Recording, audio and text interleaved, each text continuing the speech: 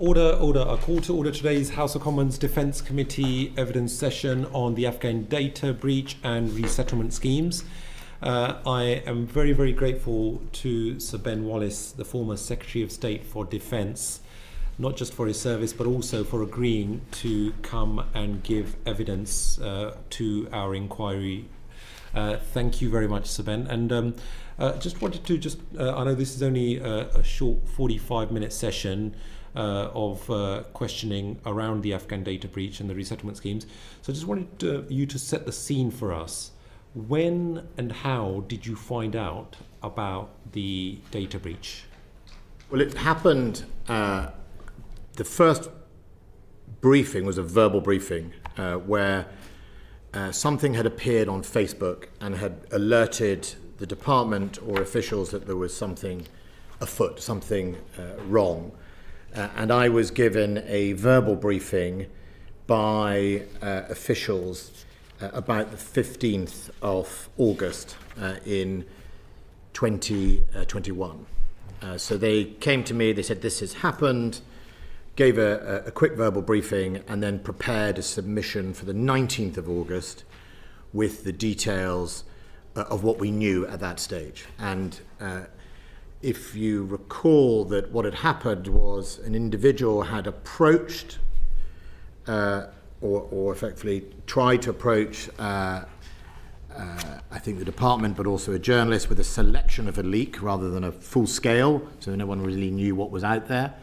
And so in that brief few days, 15th, 19th, we were getting our heads around it, wanting to know the scale of it, and trying to also ascertain what is the threat level in Afghanistan to the people there. And I think what people sometimes forget in all this is that up until the Taliban took over, it was possible to always engage with the ministries of Afghanistan to verify people were who they said they were, access to records for what they were.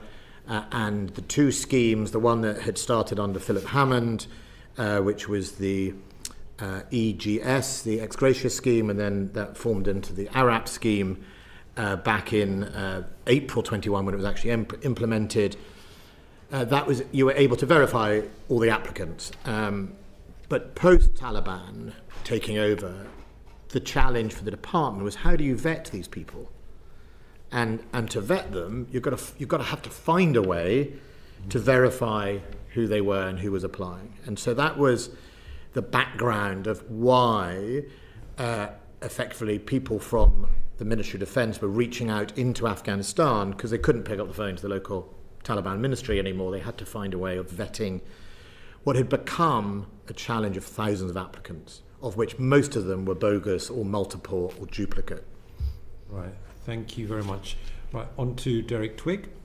Yeah, I'm not going to ask you one of the most challenging questions I've ever asked you when you've sat there in the past, but I think it's just one that we just need to sort of get a handle on, which is the thinking behind why you went down the path you did. So what alternatives to an injunction did you consider when deciding to respond to this breach? Well, the three main options were obviously no injunction at all, a denotice from the denotice committee, a time-bound injunction, or obviously the indefinite junction. And it was discussed with me on, the date was on the 21st of August. There was a meeting about that submission that had been given to me on the 9th. Who was in that meeting? So who was in the meeting was myself, my private secretaries, the Chief Executive of the department, Nina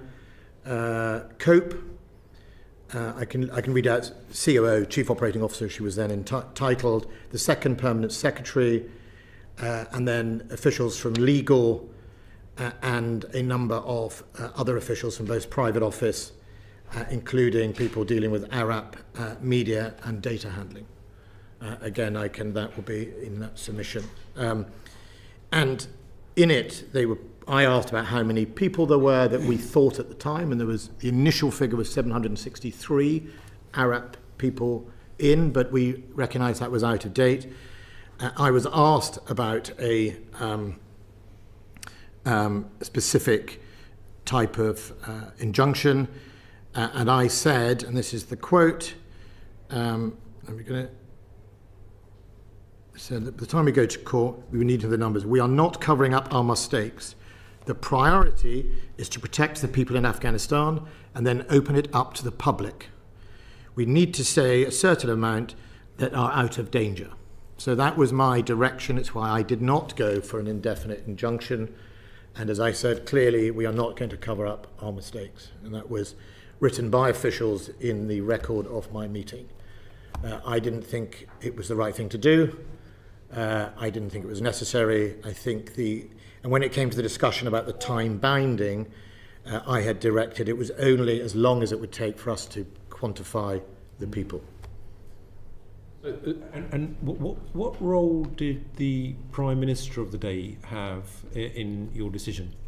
None at all. None whatsoever. None whatsoever. The Prime Minister's office, number 10, it was No. all left to delegate to yourself. Notoriously felt that the job of a Secretary of State was to run his or her own department, and that the twerps and number 10 can do all what they usually do, the spinning around and making things life difficult for ministers, as you know.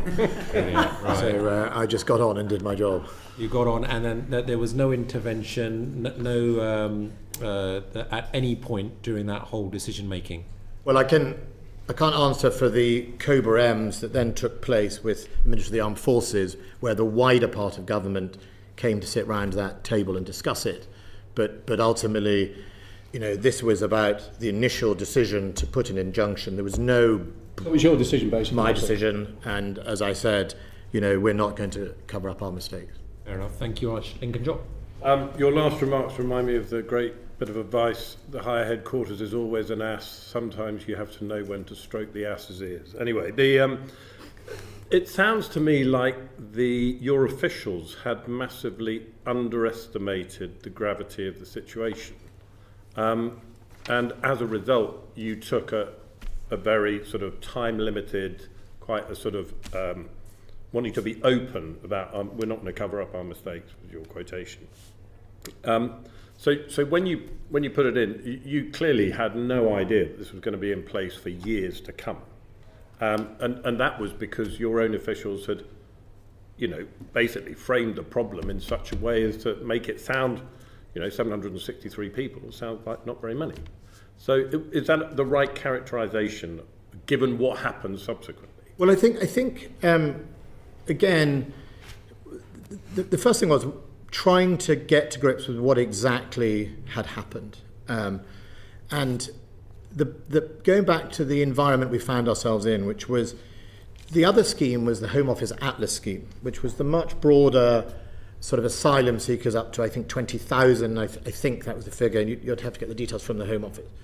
But what was happening and had happened was there were multiple applications, especially as the time as effectively the government collapsed, where people would apply to every scheme. So you were dealing with a massive hopper. I think we had 30,000 people applying for the ARAP, of which, retrospectively, you can see from the number of people we granted, and it was about 30,000 at the time of the leak. Overall, it was 90,000 people applied for ARAP, approximately, if memory serves me right. And I think we took 5,000. So the problem was, buried in those stack of applications were genuinely people who'd helped us and genuinely people who were in danger. And we owed it to them to go through the whole list and to try and vet people, because imagine if we just said, no, don't care, and the people that actually helped us we just abandoned because it was easier to deal with. So we were determined to do that. I think the reality was it became much harder to quantify and to keep tabs of what was going on in Afghanistan when the Taliban took over. We had to use lots of unconventional methods and routes, many of which are very sensitive, in order to pipeline people out of the country. We had to work with the Pakistanis, who were hosting many over in their border, and it was, I'd certainly say it was confusing. And what I would say at the very beginning of this, when op pitting happened and ARAP suddenly sort of exploded and everyone started applying, the Ministry of Defence had to effectively design and make immigration databases from scratch. Now, what I would say is I was determined that ARAP was separate from Atlas. ARAP was for our people who had helped us and saved lives, and ARAP were allowed to work. And the Home Office was always very keen to blur the two, and I didn't want to blur the two. We had a duty on behalf of our veterans and our people and everybody else to protect those people. So I kept it. So maybe in retrospect, I should have just handed over and let the Home Office run its own immigration system. I think none of us in this room are always ever impressed with the Home Office immigration system under any government. So I think it was rather better just to run it ourselves. But that meant having to design and make a system as we went. And it was and the vectors into it came from everything from veterans, serving personnel, people in the Afghan government, from the Foreign Office, and then the Suella Alliance and people like that who were bringing lists into people.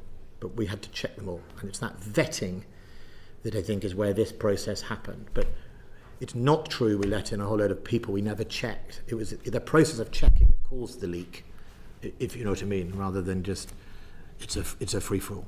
It's just, I mean, we may come to it later, but on balance, it would seem reasonable to conclude, given the numbers of people who subsequently were allowed in, that vetting and the difficulty that you had of getting ground truth.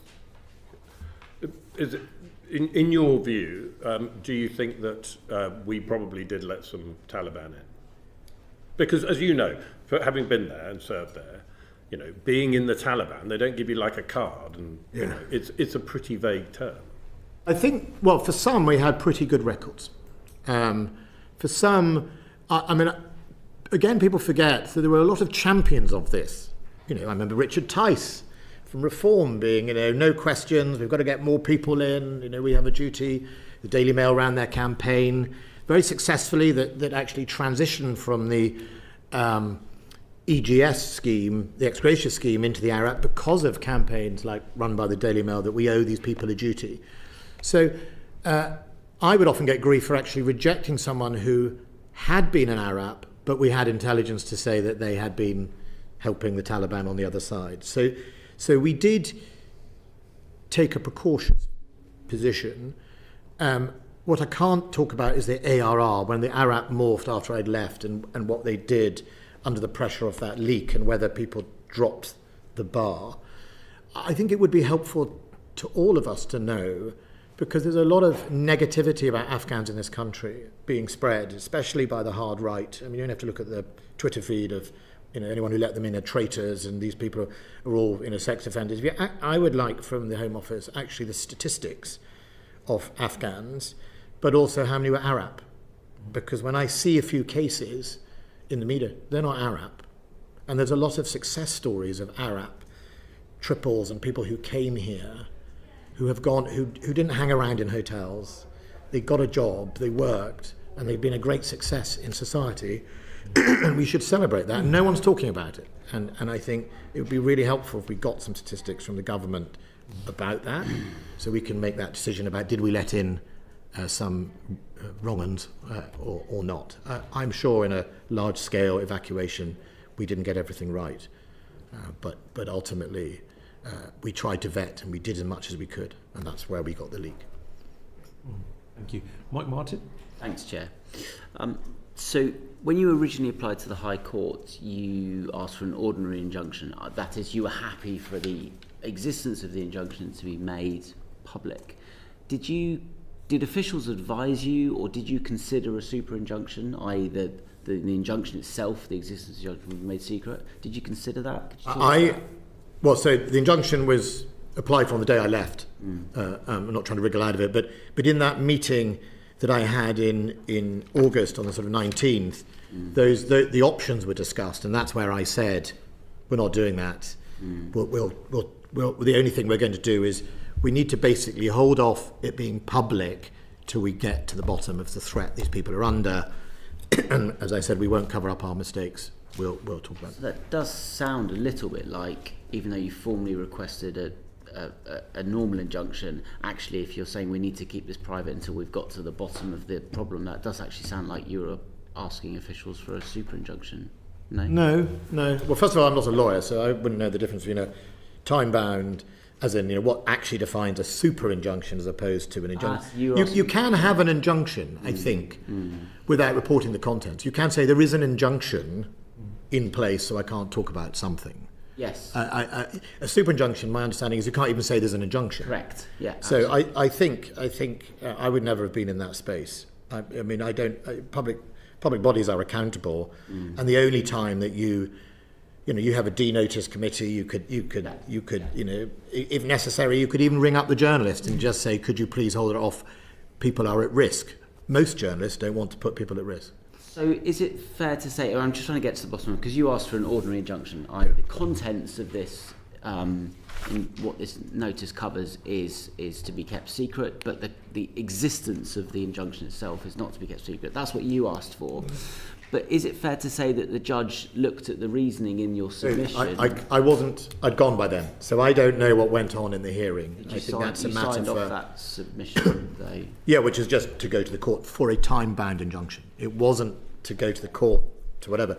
And I can only tell you what I read in the media, that the judge converted it to a super-injunction. Now, I don't know. Any idea why that might be? I wish parliamentary committees could ask judges to explain their judgments. Yes. It would be very interesting, but I don't think we can. I don't know. I really don't know. I mean, either the officials or papers post my leaving would be able to answer that question, but I don't know. Thank you. Ian Rowe? Thank you. So Ben, in November 2021, you told the House of Commons, following a series of other serious breaches within the Afghan relocations team, that you had much greater assurance of data handling within the Arab team. What are your reflections on the information security systems and culture at the MOD, and how, in your view, was the 2022 data breach able to occur despite the direction you had set publicly several months before? Well, someone didn't do their job. So on the last question, after the data breach that happened, as you say, on the date, which was the 20th September 2021, where there were 265 eligible people in a leak, I put in place pretty robust checks that before data was released externally, it had to be checked by 2 people. I think it was by rank, 1-star and 2-star, but it might have just been two supervisors. And that clearly didn't happen in this occasion. And so, someone definitely didn't do their job. What we did over the period was, after the data leak of 20th September, by the 15th of November, when you talk about that time, we'd learnt some lessons and put in actions. We also ensured that we had better people in trying to produce, putting together the database. We constantly were improving the database and the procedures around it. I think it was called the DAR. We started to build a much better and robust database. But of course, if I go back to the other point, eventually somebody was going to have to reach out into a Taliban-controlled Afghanistan to touch and feel and find their way through.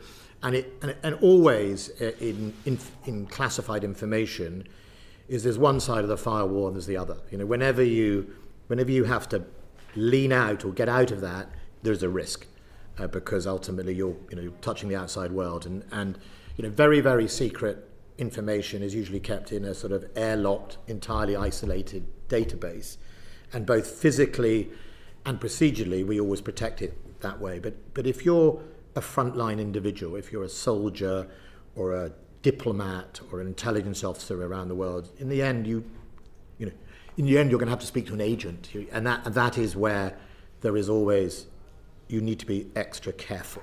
And I think that's why we put in place those type of checks, which didn't happen. Overall, the culture of information, well, I was a security minister before. I think I was the only person in government who had done something called the Classified Documents Handling course. I think, Lincoln, you might have done it, but it was when I was training to be a Northern Ireland intelligence officer, you had to do the Classified Documents Handling course. To this day, I remember nearly all of it, including the type of lock you have for a different type of cupboard. And when I was a security minister, I was pretty horrified by information security across government. We'd established the National Cybersecurity Centre, and I think part of that has been a lesson that I can't say in public hearing what I did in the MOD, but I took a number of significant steps to try and improve data security from my own experiences that I could see were putting us at a very vulnerable position. But I think part of it is how we now train our civil servants.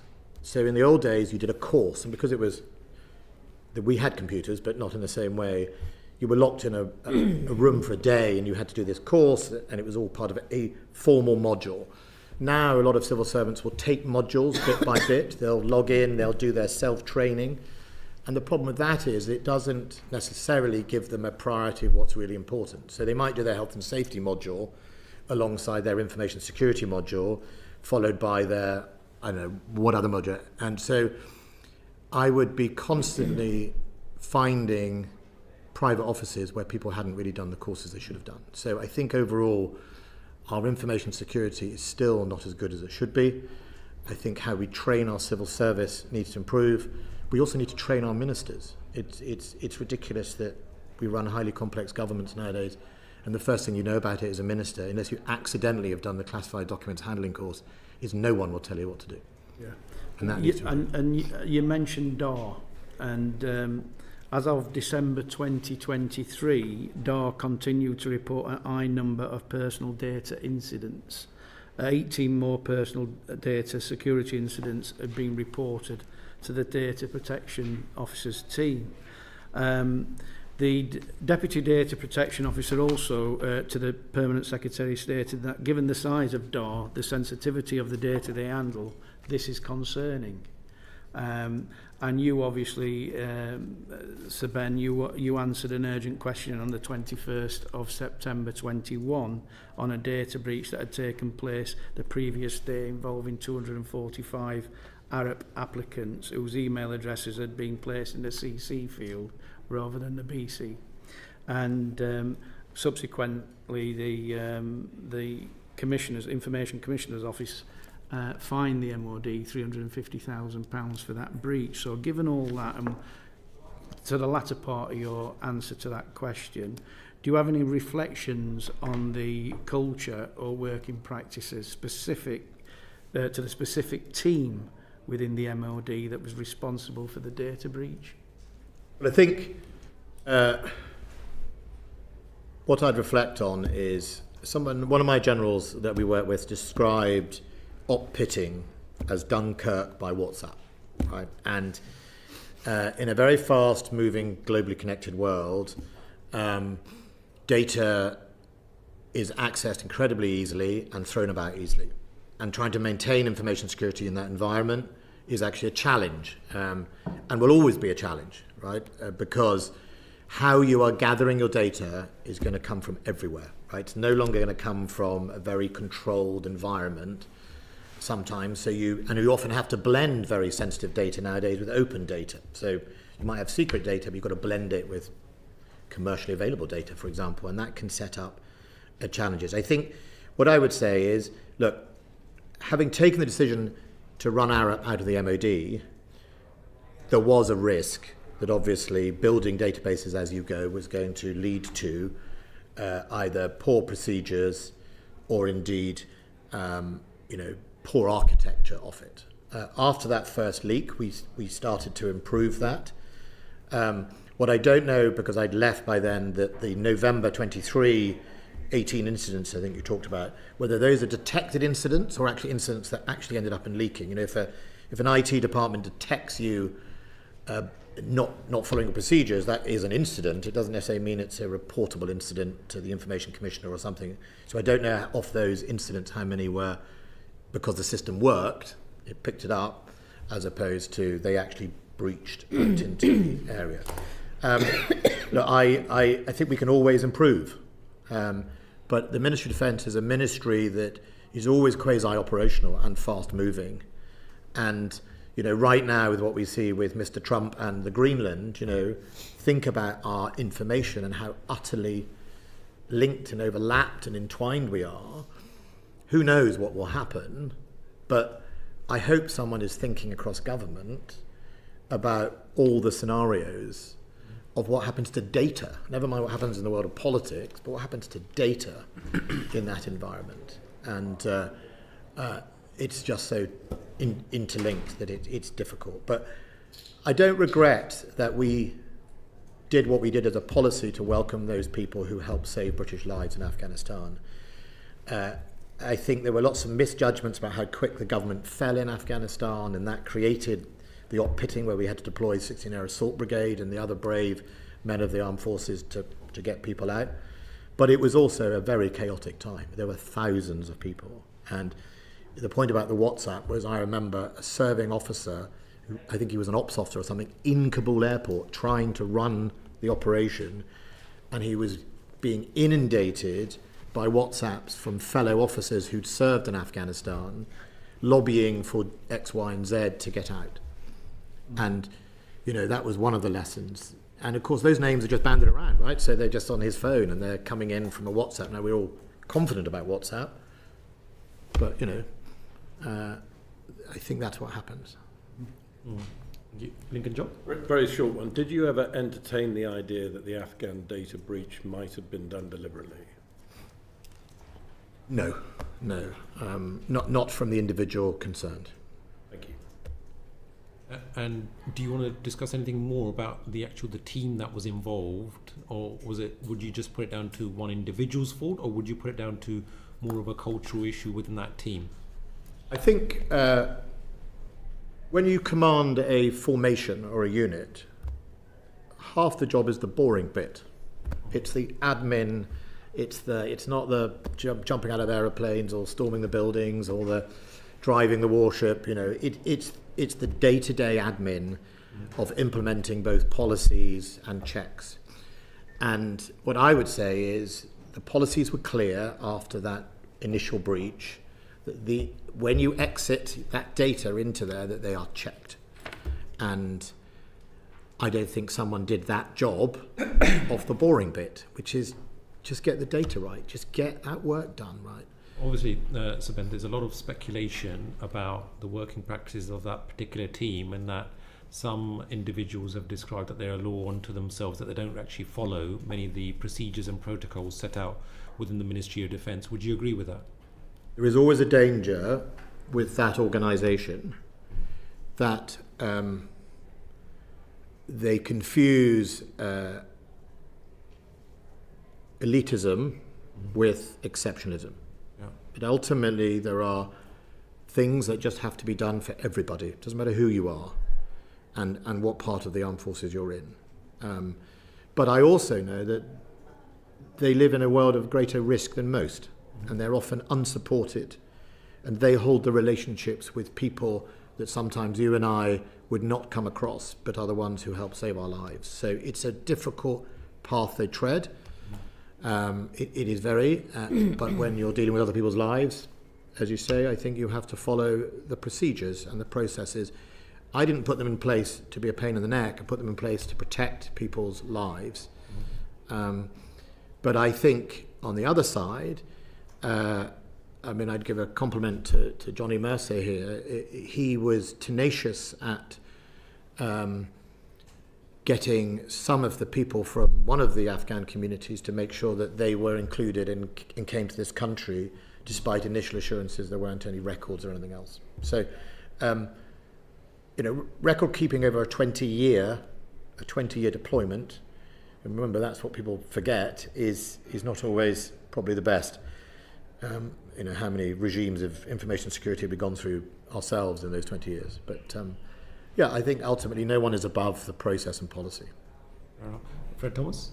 Thank you, Chair. Physically, where did the leak take place? I can't tell you that. Thanks. Emily? Hi Ben.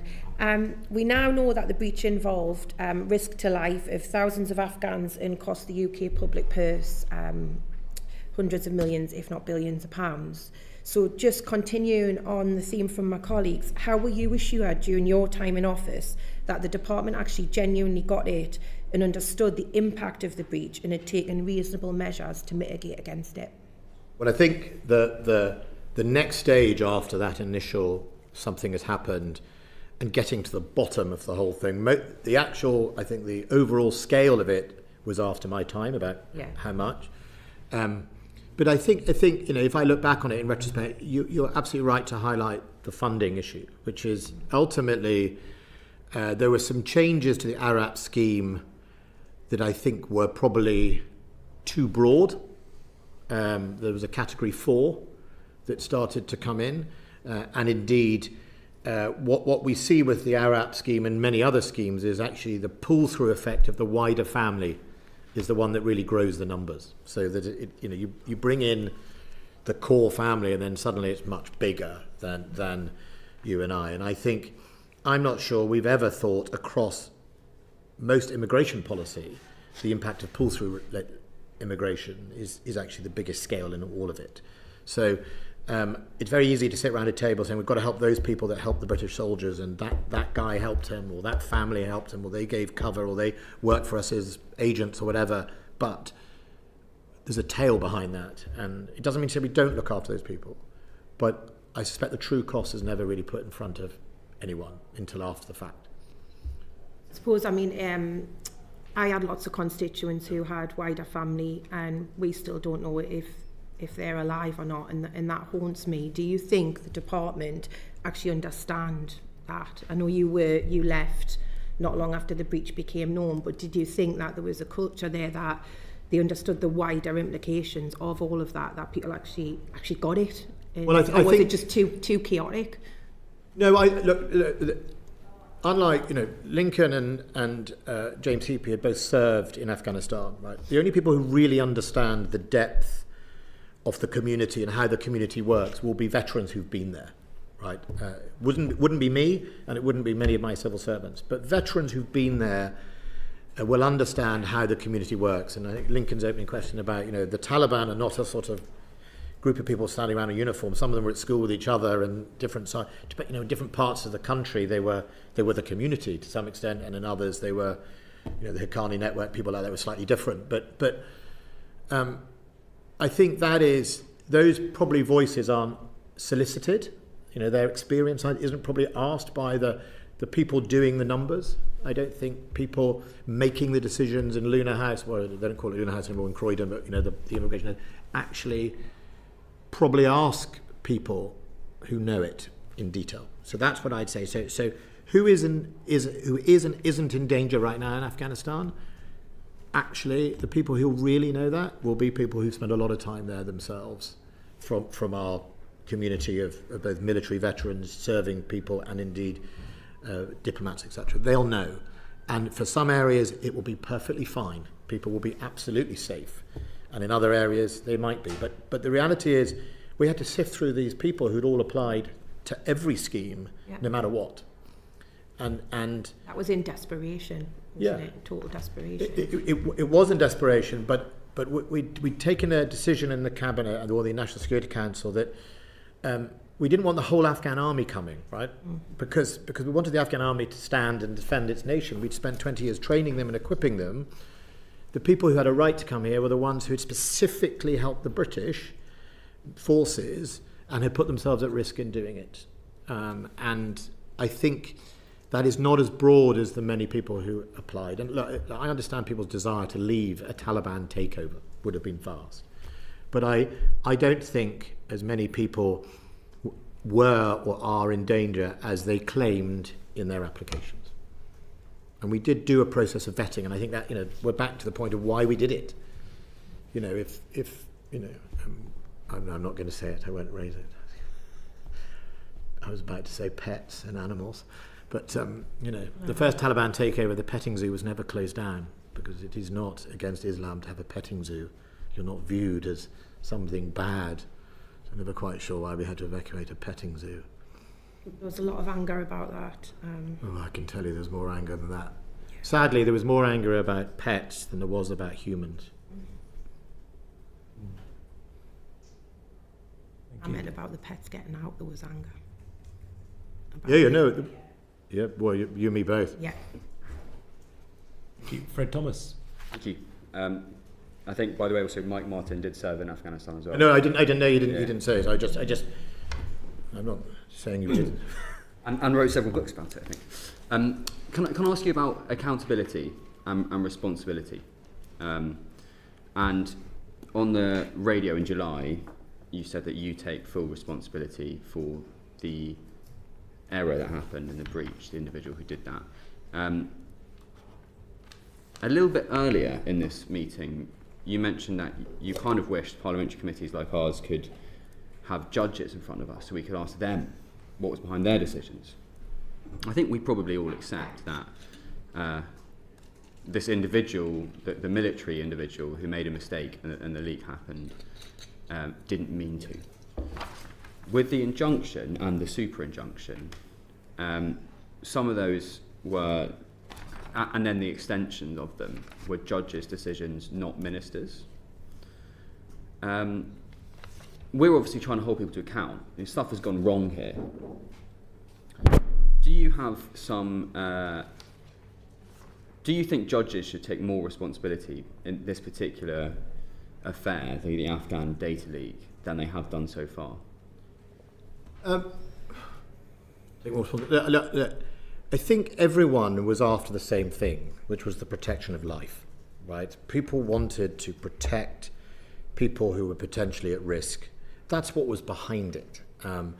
And the decision of having an injunction, a super-injunction, an indefinite injunction was a matter for a mixture of the courts and the department.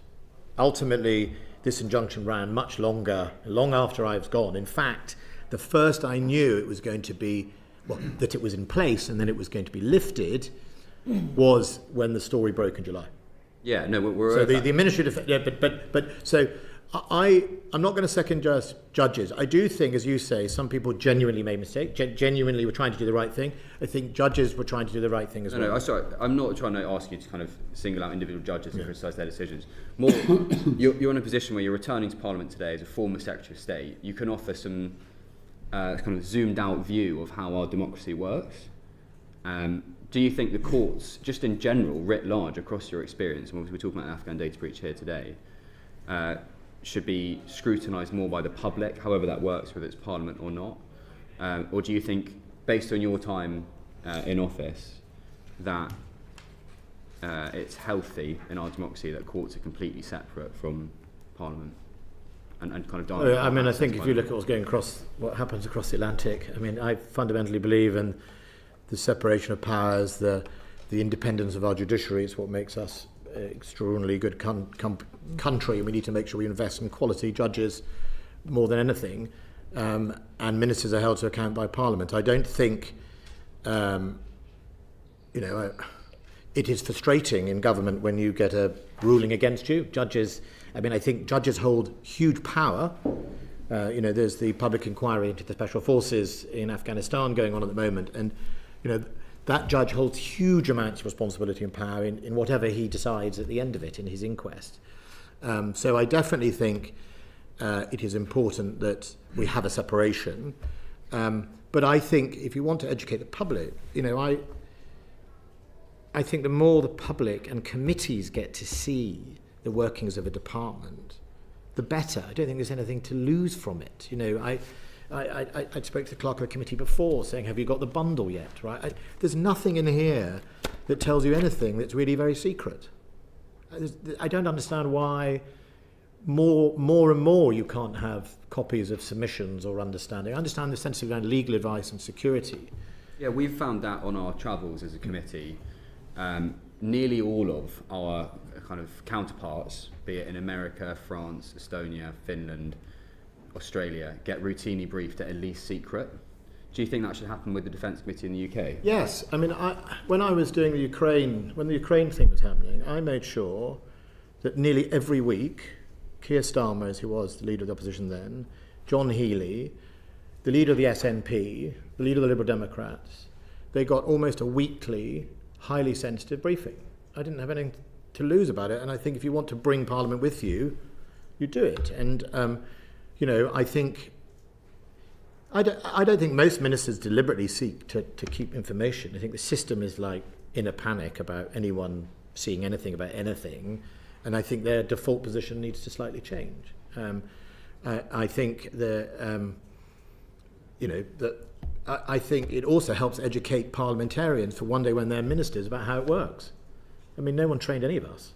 I mean, it's a sort of bizarre position to be in, that we will suddenly appoint 100 people to run a country, of which, if you're lucky, 20 of them had been a minister beforehand.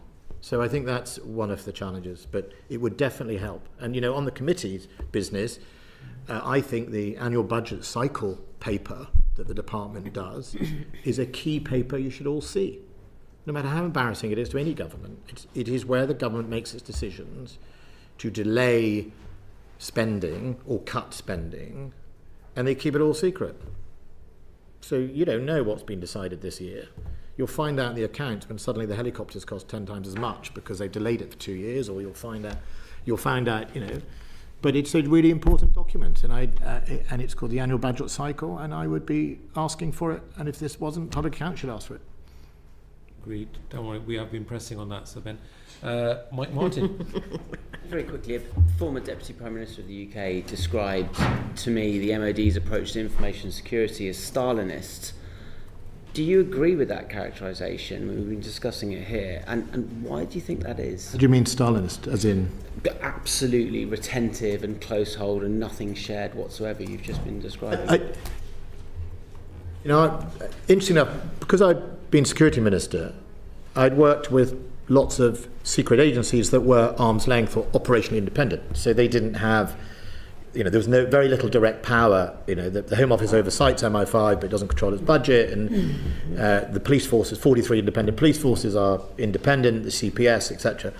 In the MOD, everything goes through the chair of the Secretary of State, in theory. Every single thing. It is the last big sort of oil tanker of a department, including the chair you're sitting on. In theory, you bought it, you procured it. You're part of the chain of command through the Defence Council. You are part of the constitutional protection of the public, because it's huge power it wields. I mean, if you said to the army, you're operationally independent, go and stop a riot, you need to assure the public that there is a protection in that.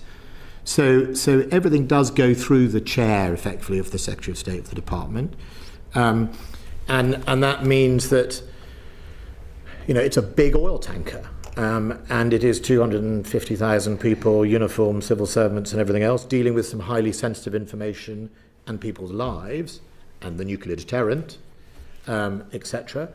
But also line by line budgets. Everyone would accept that the nuclear deterrent needs to remain confidential.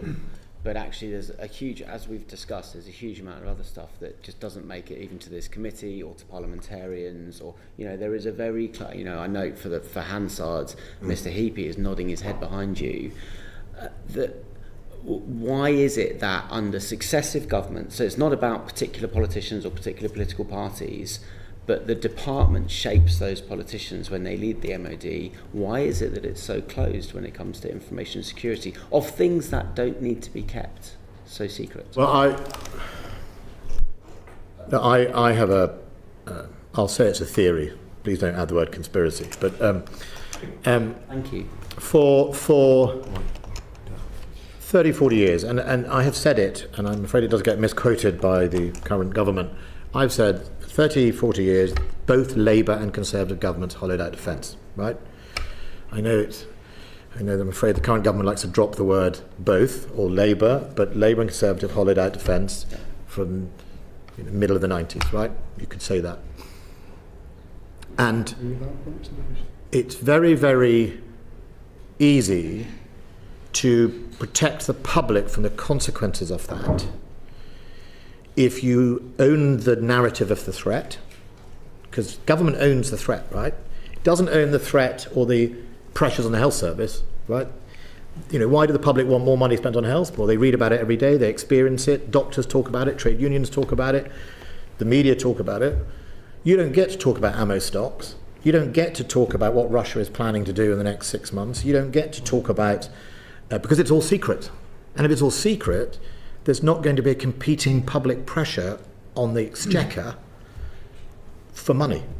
So of course, when you say to the public, what's your hierarchy? They go, well, health and education and defence is often further down, but that's partly because they don't know.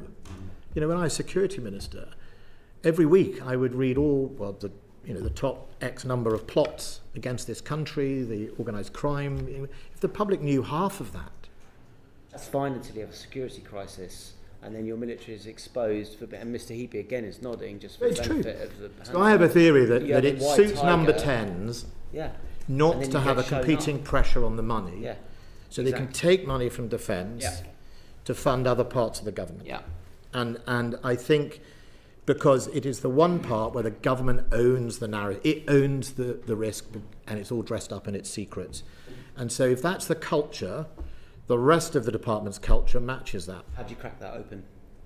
I think two ways. I think you need to, as a Secretary of State, you need to be a bit belligerent to number 10 and the Treasury. I used to say to some of my civil servants that belligerence is a quality. Sometimes number 10s will volunteer you without funding you. A lot. Right? We're going to do this, we're going to do that. Coalition of the Willing is unfunded. Right?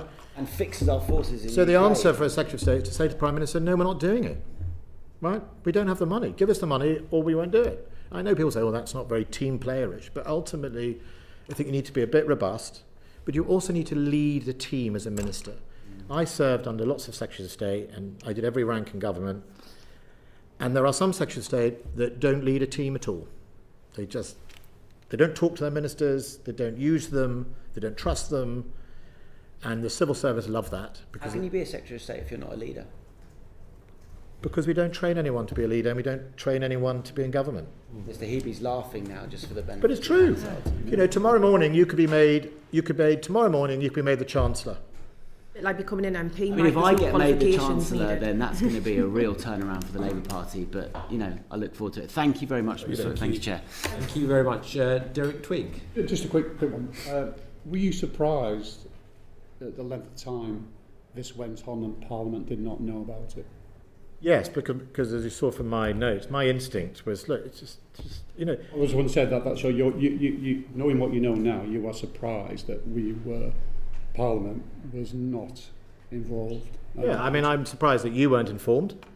I mean, you could have informed the committee in sensitivity. I don't say there's any harm with it. Now, what I don't know is the legal rules. That if a court directs an injunction, it affects everyone. You can't have any exceptions. I don't know. But, ultimately, I think it would have been good for everyone. Sometimes man up, right? Just say it. Go to the dispatch box. I remember... But we were told that the issue was obviously protecting lives. That's why you weren't told. Well, which obviously that was the original... What I don't know is when it migrated away from the initial... Because, I'd gone by then. But it was, dangerous times. It was a few months after Taliban took over. Did it. I don't know what it's like on the ground in Afghanistan now. Right. Thank you very much. Emily? Just going back to the exchange you had with my colleague there, Mike Martin. Last week we were trying to get CDS pinned down on articulating the threat so the public are aware of it, so you can make those arguments that you were talking about. That seemed to be what you were trying to say, is that the stuff that needs to be kept secret, but we need to be bolder with the public so that they understand the threat, so then the impetus is there for more spending and for investment. So why didn't you do that when you were in office? I think I did.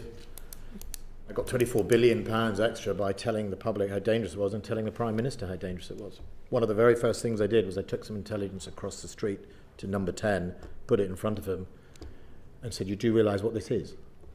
And I spent my first large part of my time telling the Prime Minister how dangerous the world was, and therefore he'd have to pony up. And that's the reality of it. And you don't have to do everything in public. You can do some in private, but the first thing you do, you need to educate your colleagues, right? I mean, the first thing you need to do, you know yourself on this committee how important you take defence. You probably spend some of your time telling your colleagues, I'm on the Defence Committee, and do you know what's going on in the North Sea or the Arctic or the Greenland? And you have to educate them as well. So you need to educate the body of government, and you need to usually educate the Treasury. Right. Will you could come Chancellor, it'd be much better. Well, I'm happy to. And obviously, this data breach, I'm just trying to bring it to a conclusion as well, we move on to the next part of our session. The data breach has actually had a catastrophic impact on human lives, also in terms of the cost impact to government, the British taxpayer as well, and a lot more besides. Now, in your opinion, have the right people been held accountable in the right way for what happened? Well, within the team that was processing it and doing it, I don't know what happened to them, right? Because first of all, as I said, there's a confidentiality around the different people doing it, so I don't know what happened to them. I think there are some questions to be asked of some of them who are still serving or in post about why it didn't happen or why there was a failure in their responsibility. Talk about ministerial responsibility. Would I have resigned over it? I think if I hadn't done anything after the first data leak, I just said, we hadn't put in place improvements, I think I would have considered it. But I did put in some pretty stringent, robust views and processes. And, within an organisation of 225,000 people, someone chose to not follow it or do it. So I don't think I would have resigned over it, because I think we were trying to do the right thing and the motives of what we were trying to achieve was genuine and correct. But in September 2021, you answered an urgent question in the House, and that was relating to a data breach. And that's when somebody had put in into a CC field of a weekly contact email. And then in the written statement that was also tabled with the House, and that was in November 2021. So this is all before the data breach, this colossal one that we're talking about in February 2022. And in your own words there, you'd said that significant remedial actions have been taken to prevent such incidents occurring again. But yet again, despite all of that, despite those supposed remedial steps that had been taken, there was still this colossal data breach. So don't you think that there has been a failing in that? I think there was definitely a failing to follow those remedial steps. That two people had to check before any data was released or shared, and it clearly didn't happen. All those people didn't do their job. I mean, it definitely didn't. The steps that we put in place weren't followed, and that's why it happened. So, were there any other steps we could have put in place? I mean, 3 people checking rather than 2. I mean, we could debate that. Could we have redesigned a database in a different way? I'm sure there were technical different solutions, but I think it was quite robust. And I would ask the department to give you the actual individual steps of what we took at the time. The thing that I remember was, accountability of the chain of command and making sure they checked. Right, brilliant. Ben Wallace, thank you so much for giving evidence to our inquiry and also for your cooperation prior to this evidence session and your contact with our committee clerk as well. Thank you for Thank you very much. Order. We'll have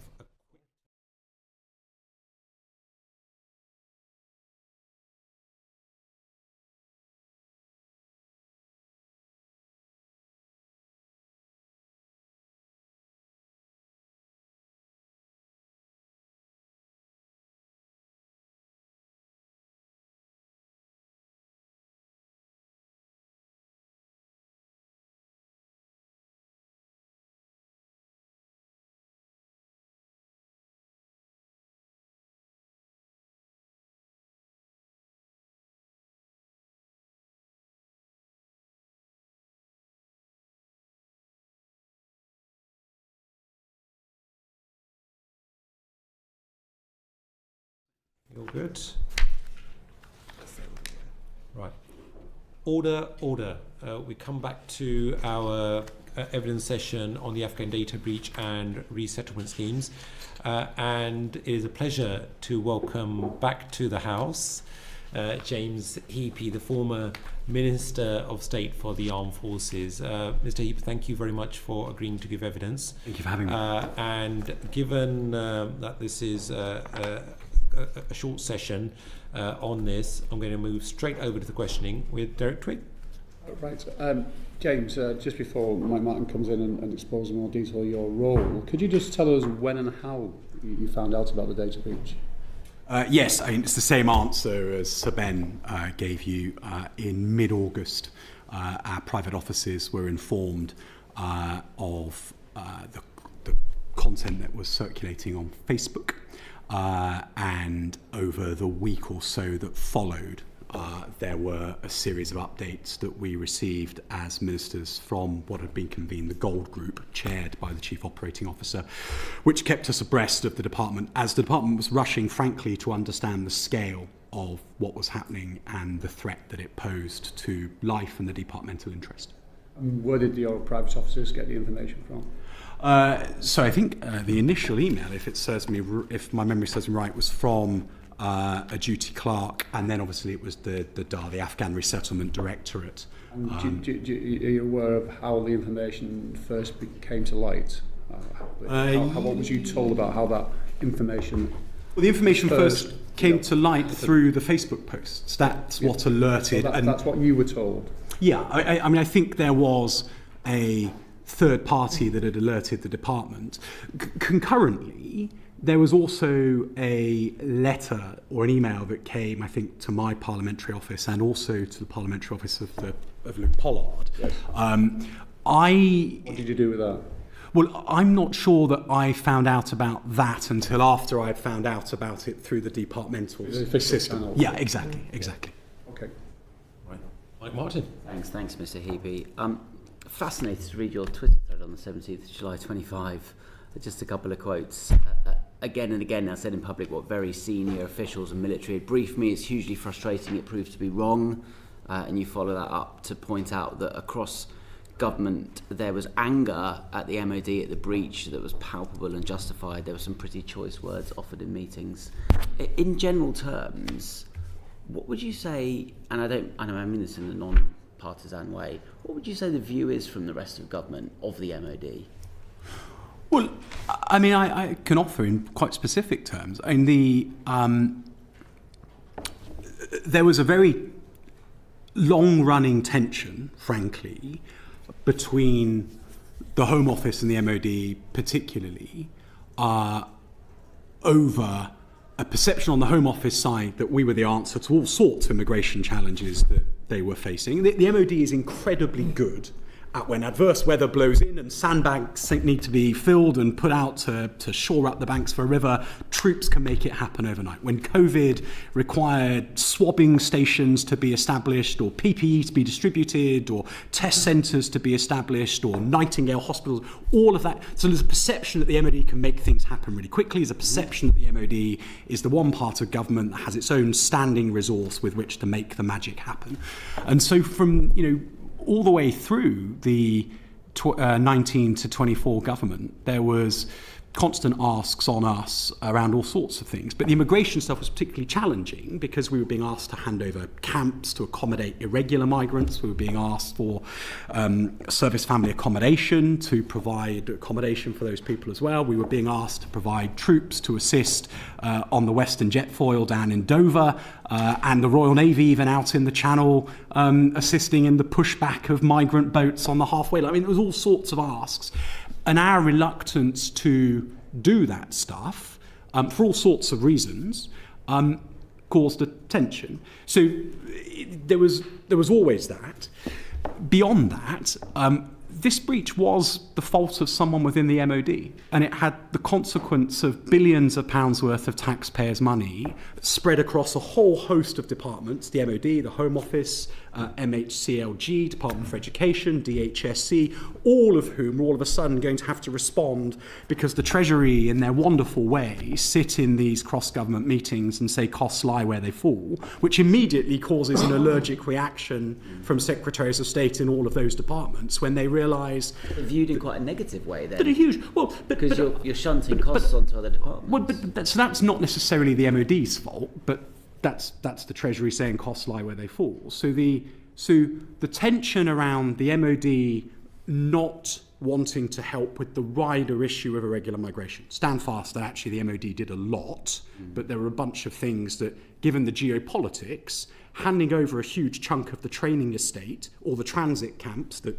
you'll both be very familiar with, and Lincoln too, so that they could accommodate irregular arrivals in Dover, when you're trying to reform the warfighting capability of the army, and you need those training camps to have the army and the Marines and the Navy out training ready for war, there's a tension. So that was long running. The cost of reacting to Rubific, the data breach, was profound, and of course, therefore, there was anger around government about that. And people were just robustly defending their cause. I said in that tweet that there was nothing wrong with that. That's the reality as a government. The only thing that would have made it better is if the Treasury had said, don't worry, we'll underwrite all of the costs centrally. But the Treasury can't do that. They didn't have the money. And as for the first quote that you made, I mean, on the triples, there's lots in what we will discuss this morning, of which say you're proud of it is not the right thing in the context of what we're discussing. But the department dealt with an incredibly challenging circumstance, stand fast that it ever happened in the first place, I think quite well, in terms of where it operationalised the response. The bit that the department got tragically wrong was the triples, which was what you're referring to in your first quote. And it is a source of huge personal regret to me that when I go through all of my notes from the time, I challenged again and again and again. Why is Dan Jarvis, Tom Tugendhat, Johnny Mercer? Why is the Select Committee? Why are various journalists telling me that employment records exist? Why are they also certain that this is different to how you describe? But the department again and again and again kept coming back and saying there was no formal employment relationship. And so, in good faith, as a minister, you stand at the dispatch box and you reflect that departmental position. It's a source of huge regret that, frankly, I was told the wrong thing, and that other colleagues with whom I had profound disagreement over this were fundamentally right. And I'm sorry to both them and those who were affected that Which colleagues would that be that you're sorry to? Well, specifically, Dan Jarvis, Johnny Mercer, Tom Tugendhat. I think were the three key champions of this in the previous Parliament. And they came to me and other ministers again and again and again saying that the triples did have an employment relationship. The department again and again rejected it. On the eve before a meeting with Dan Jarvis, I had pulled in a selection of 2, 3 and 4-star military and civil servants and said, I need to, and they'd had warning to go away and look at this again. Dan Jarvis says that there are employment records that tomorrow he's going to show me. I think we were in W4 in Westminster Hall, the meeting room that Dan and I met in. How can he say he has those and you be so sure that we don't? And, they sat in my office and said, we think that he's got a record pulled together by a campaign group rather than contemporaneous records. We don't think such records exist. This is what the employment relationship with the triples was. It doesn't meet the criteria for ARAP.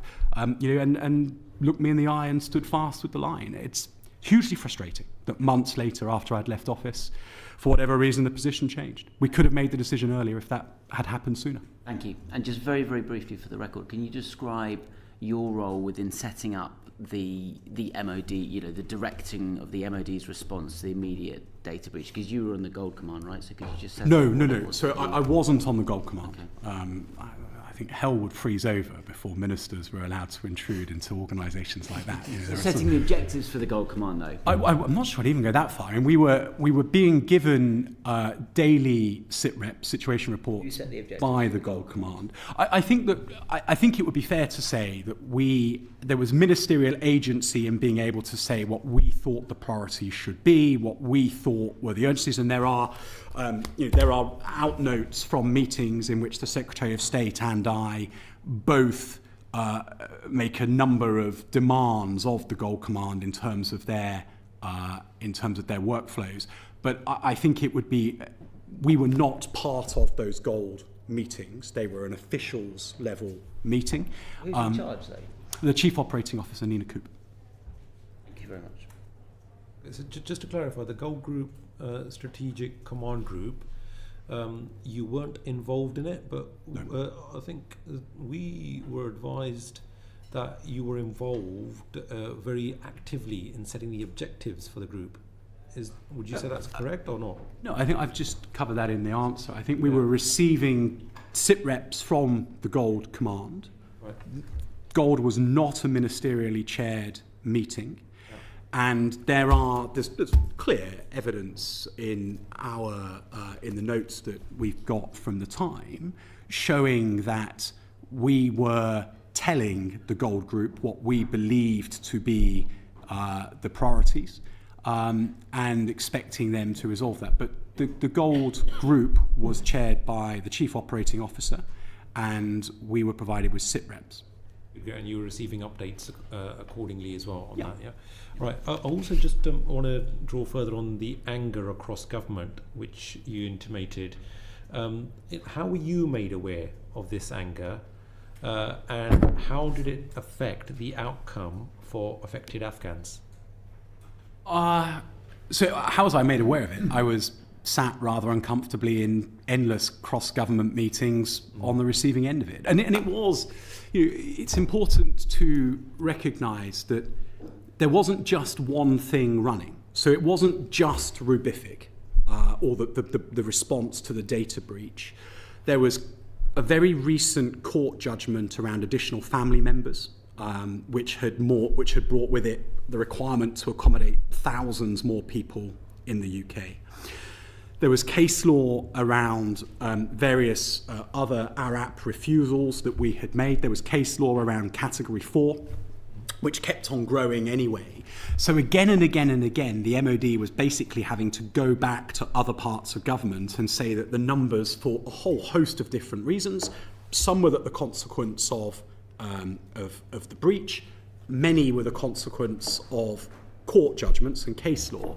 We were constantly requiring more resource. There was a situation in the summer before we were notified of the breach in summer 2023, where the air bridge for ARAP bringing people from Islamabad to the UK was dependent on our ability to match people to accommodation. So we couldn't bring them out of Islamabad. This was the sort of policy of COBRA and the various small ministerial meetings, small ministerial groups.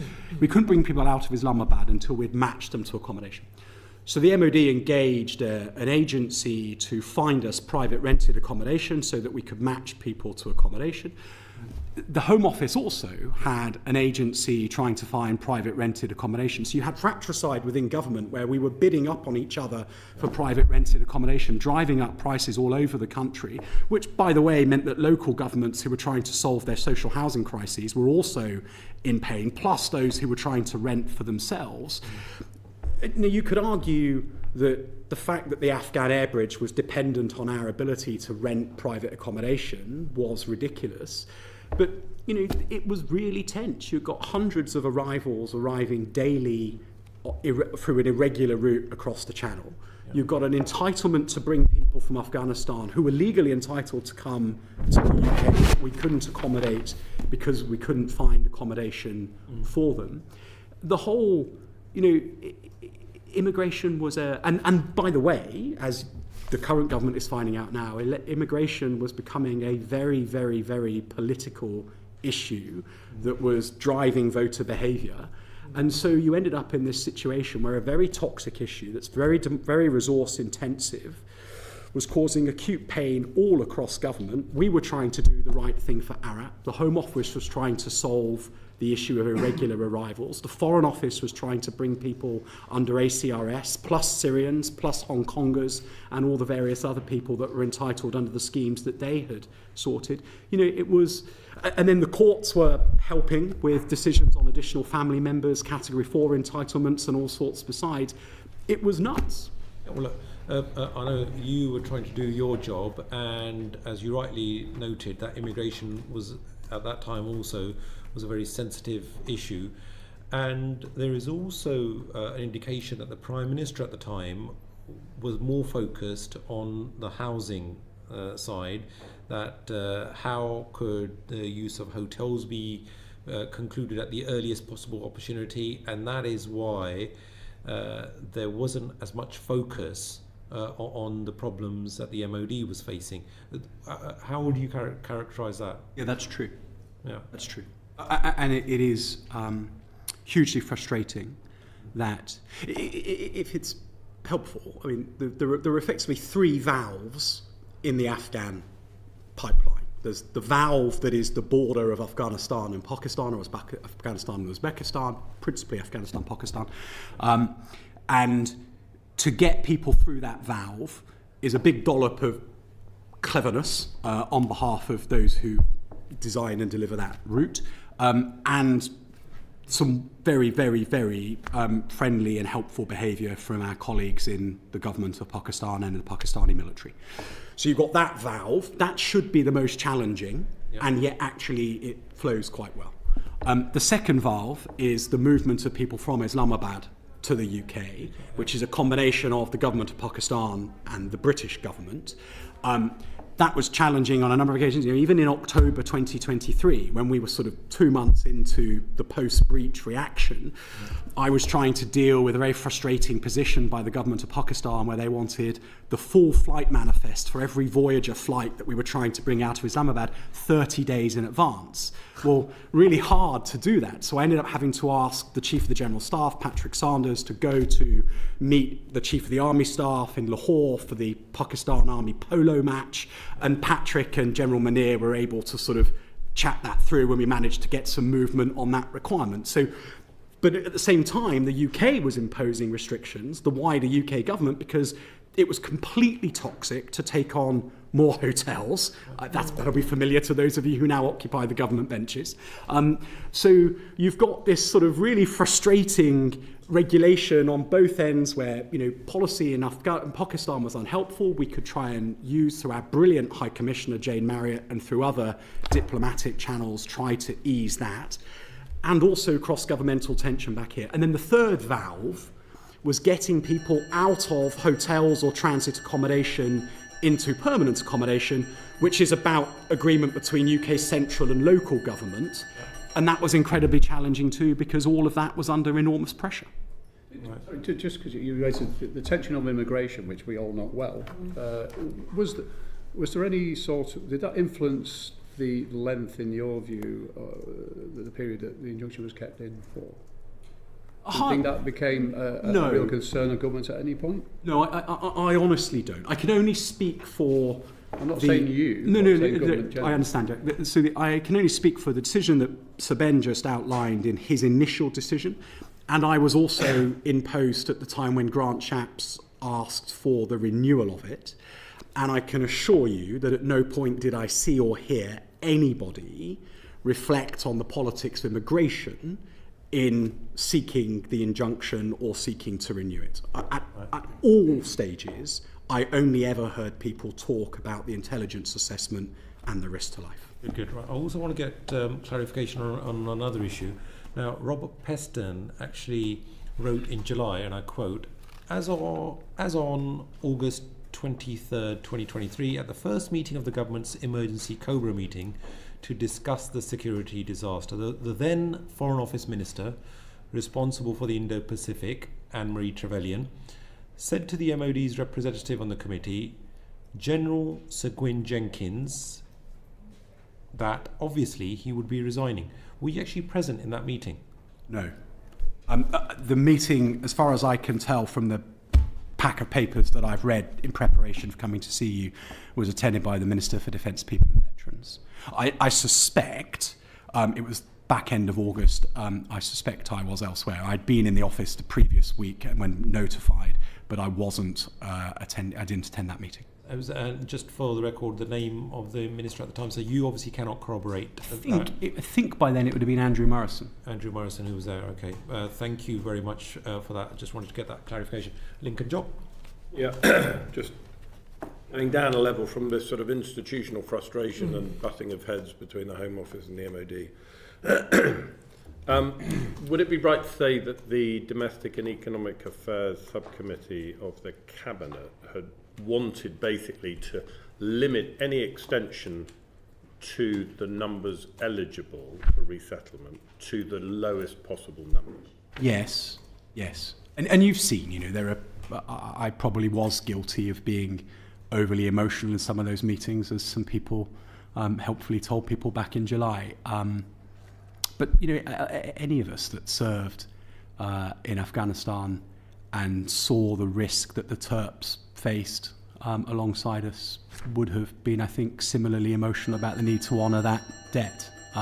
In my own battle group, I think we had 2 or 3 Terps killed in one night, in one particular instance, and yet the following day, the Terps that survived went back out on patrol.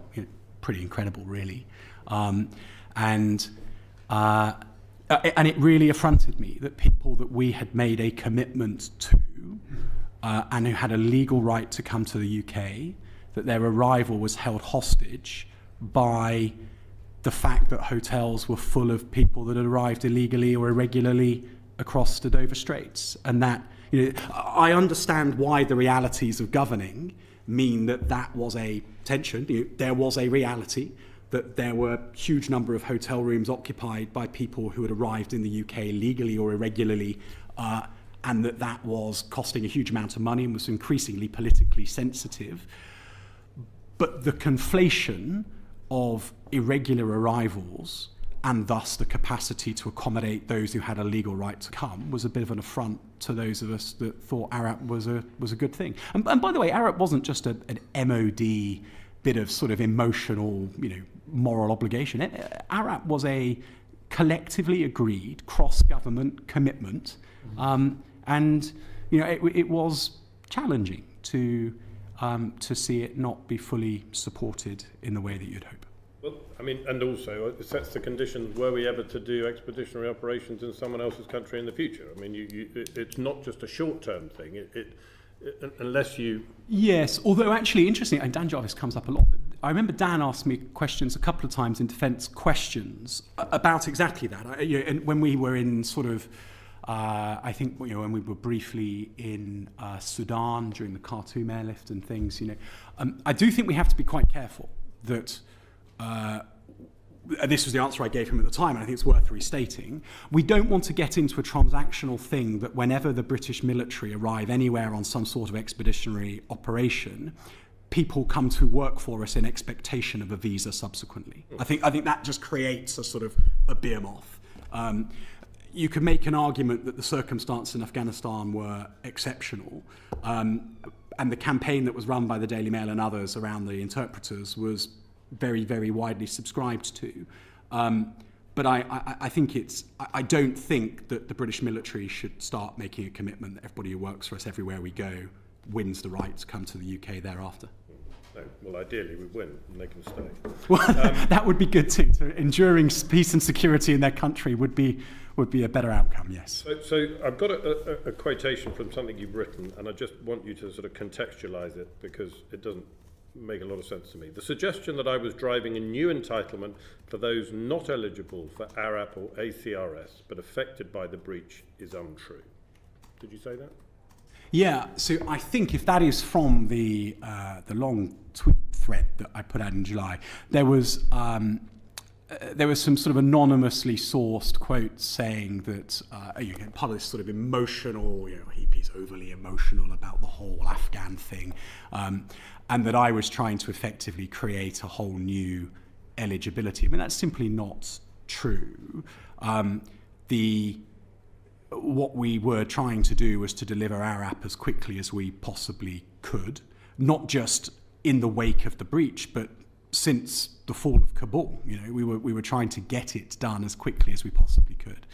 And then there were going to be people who were affected by Rubific who potentially were not previously eligible, that might be the breach. Rubific was the code word in government, forgive me, for the breach until it became public knowledge. But no, there was no attempt to dramatically increase the number of Afghans. In fact, quite the reverse.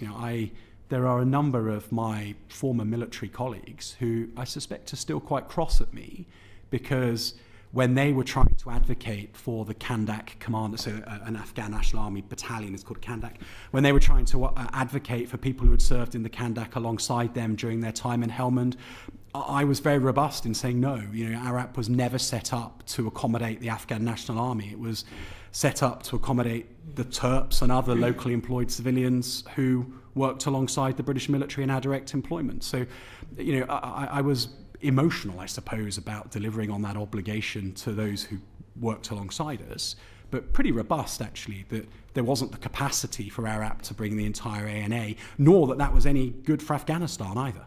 But I mean, in effect, you were driving for a new entitlement, which wasn't, it was not ARAP, not ACRS, it was people who were put in jeopardy by the breach. That is at that point, no, I wasn't.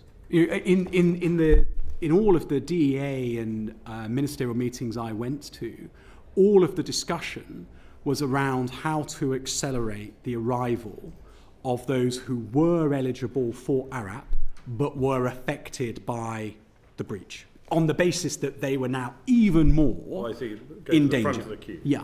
So, but there was never, as far as I recall, any suggestion that we should be doing anything else. Plenty of other people might have been affected by ACRS, for example. And one of the challenges, Sir Ben mentioned the scale of the ARAP challenge. There were about, I think the hopper peaked about 110,000 applicants. Now, bearing in mind how many people actually worked for the UK military during our time in Afghanistan, probably fewer than 5,000, it was clear that there were a lot of people who were applying out of desperation. In my discussions with other NATO ministers indicated that most people were applying to every country that had been part of ISAF. There was routinely, we were being shown Afghan social media content that showed, facsimiles of commendations that you could print out and insert your name in order to sort of fake that you had been part of, been a locally employed civilian or had been involved somehow in ISAF or Operation Enduring Freedom. So we were monthly in defence questions. We were being challenged around the pace of decision making, the fact that the hopper was endlessly growing and the number of positive decisions shrinking. It was an incredibly hard thing to be the minister responsible for. Sometimes all good logic failed. My logic was, rather than working our way through 110,000 applications and thinking about whether each one is right or wrong, surely somewhere there is a list of everybody who worked for us. Let's get those names, run it against the list of 110,000, and we will straight away identify the people who our working records told us work. And that was, but of course it doesn't, because Afghans list their names, even those who aren't trying to game the system will list their names in all sorts of different ways. It was incredibly challenging. Concurrently, I was flying around the world trying to buy up every bit of 152mm ammunition I possibly could in order to smuggle it into Ukraine to support the Ukrainians. It was the MOD was trying to support the Ukrainians, reconstitute a UK warfighting capability, and also becoming an immigration department for tens of thousands of people, all concurrently. It was a pretty challenging time. Thank you very much. Ian Rowe. Right, thank you.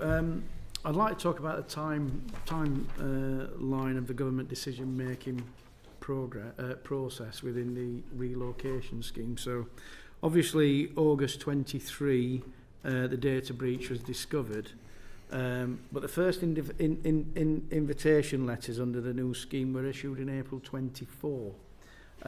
So, can you give us an insight into why decision-making within the government under the cover of the injunction took as long as it did? And we know that the MOD went back to extend those the super-injunction many times. So could you give us a time frame why it took so long, the decision making? Back into first, were you talking about triples or those affected by the injunction? Those affected by the breach. Those affected by the breach. I'm not absolutely sure. I'd left office by April. I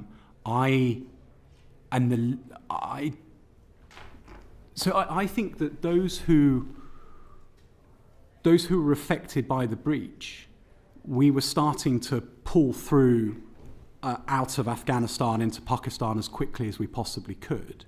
One of the challenges was that there was about 2,500 people stuck in Islamabad, to the point that I was making earlier on about the need to match people to accommodation before we could put them on a plane, in the summer of 2023.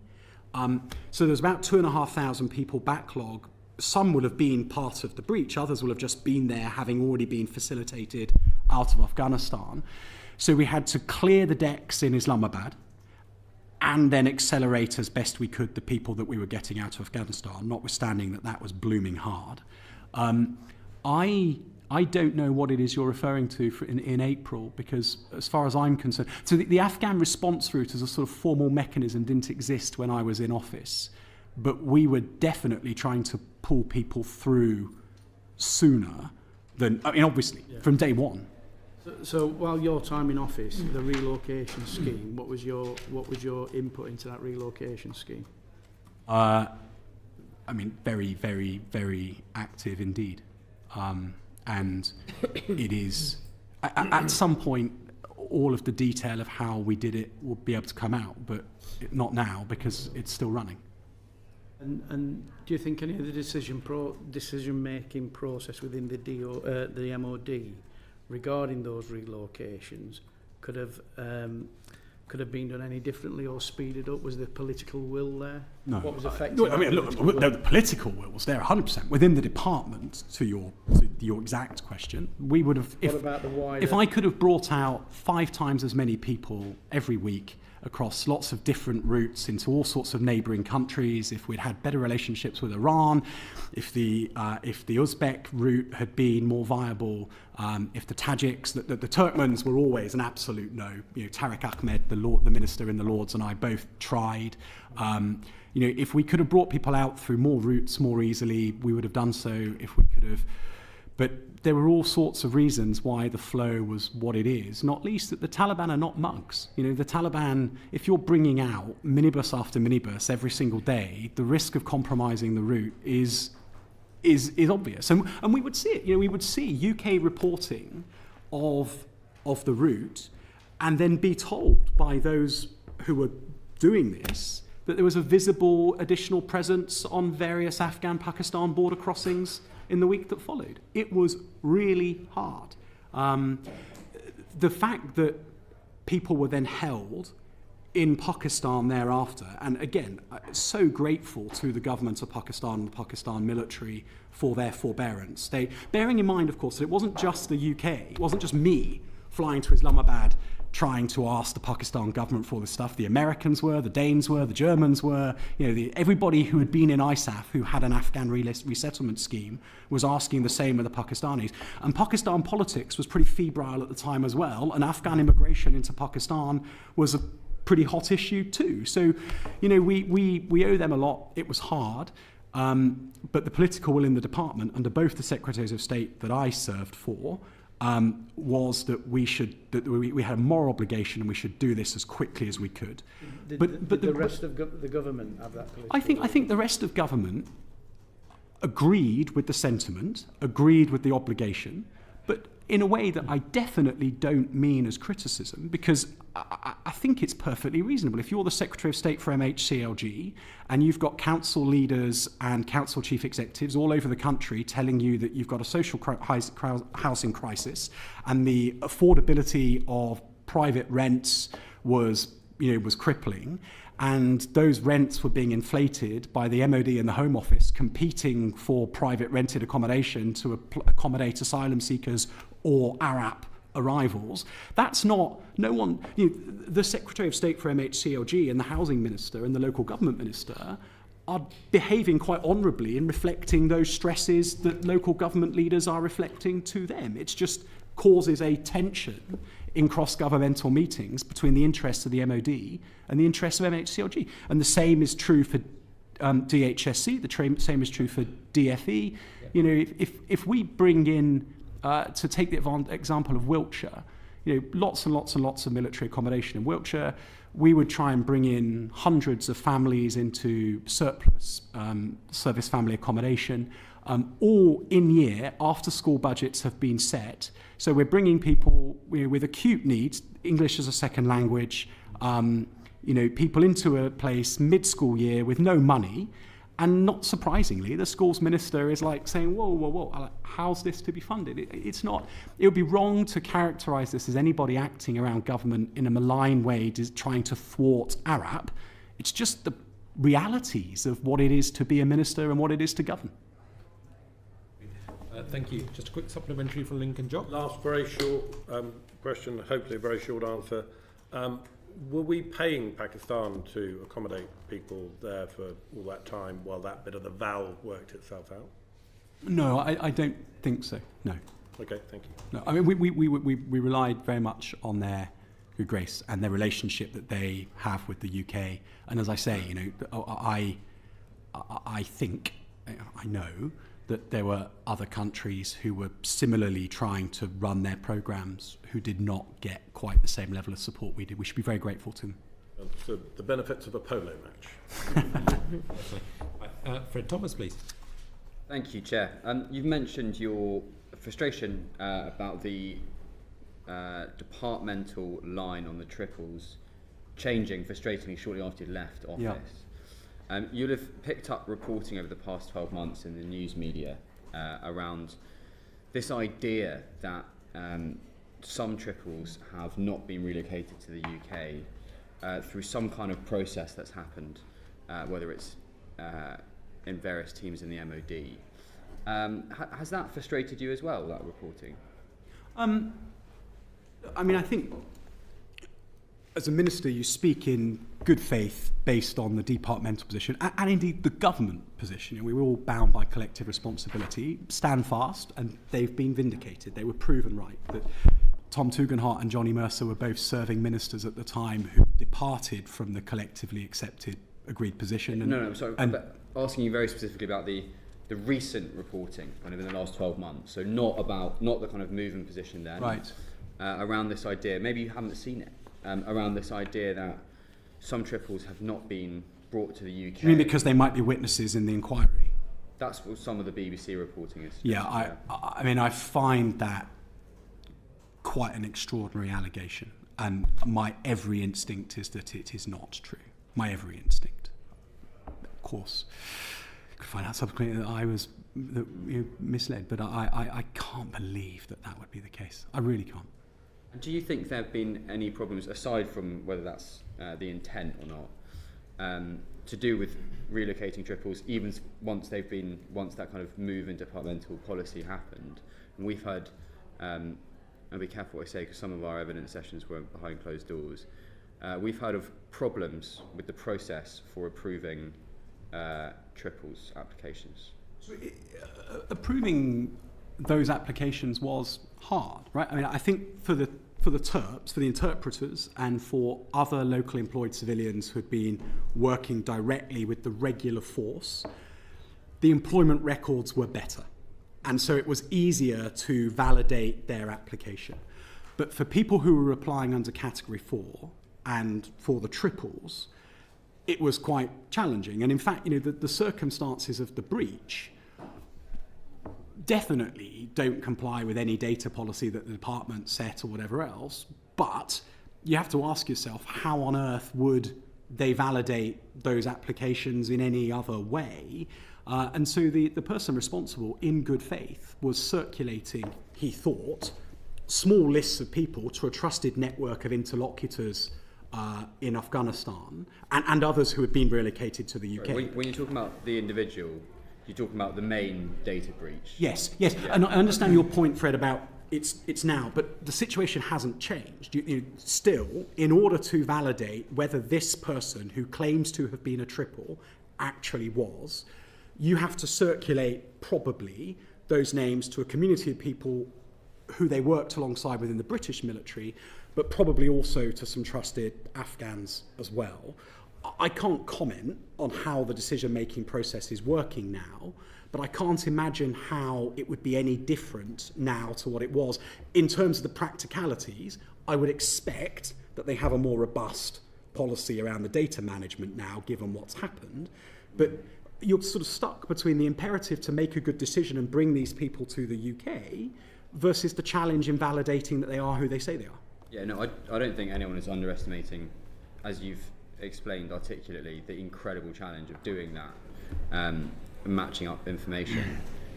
I was asking about this idea that's been reported that some decisions to turn down applications have actually not taken any time at all, but were extremely quick and done in a blanket way. You might be able to comment about that. No, so I've been contacted by journalists about the same thing and asked the department for some stuff. I mean, there was a time when a whole bunch of decisions were taken quite quickly.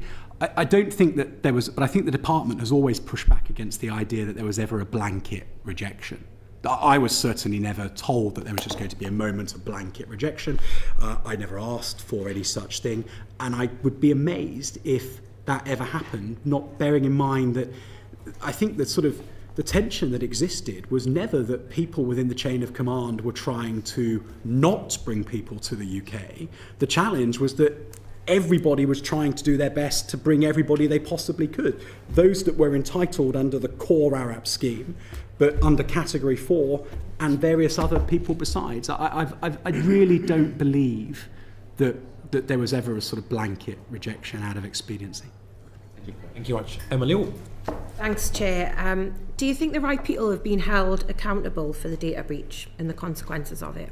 Well, look, you are hearing this morning from two Secretaries of State and the sort of the on-point minister for all of this. All three of us will accept ministerial accountability, obviously, and have apologised. And that is, I apologise twice. I apologise for the fact that the breach happened, and I apologise for the fact that the Triples decision was delayed to the degree that it was. I also said to John Healey when he came in as the shadow Secretary of State, and I was sort of briefing him, which to the questions earlier on about the injunction, I mean, it's worth reading the original judgment in response to Sir Ben's original application. It was the judge, and he's very clear in the judgment. He decided to strengthen the judgment based on his knowledge of the legal system and his perception of the threat that had been articulated in the witness statements. And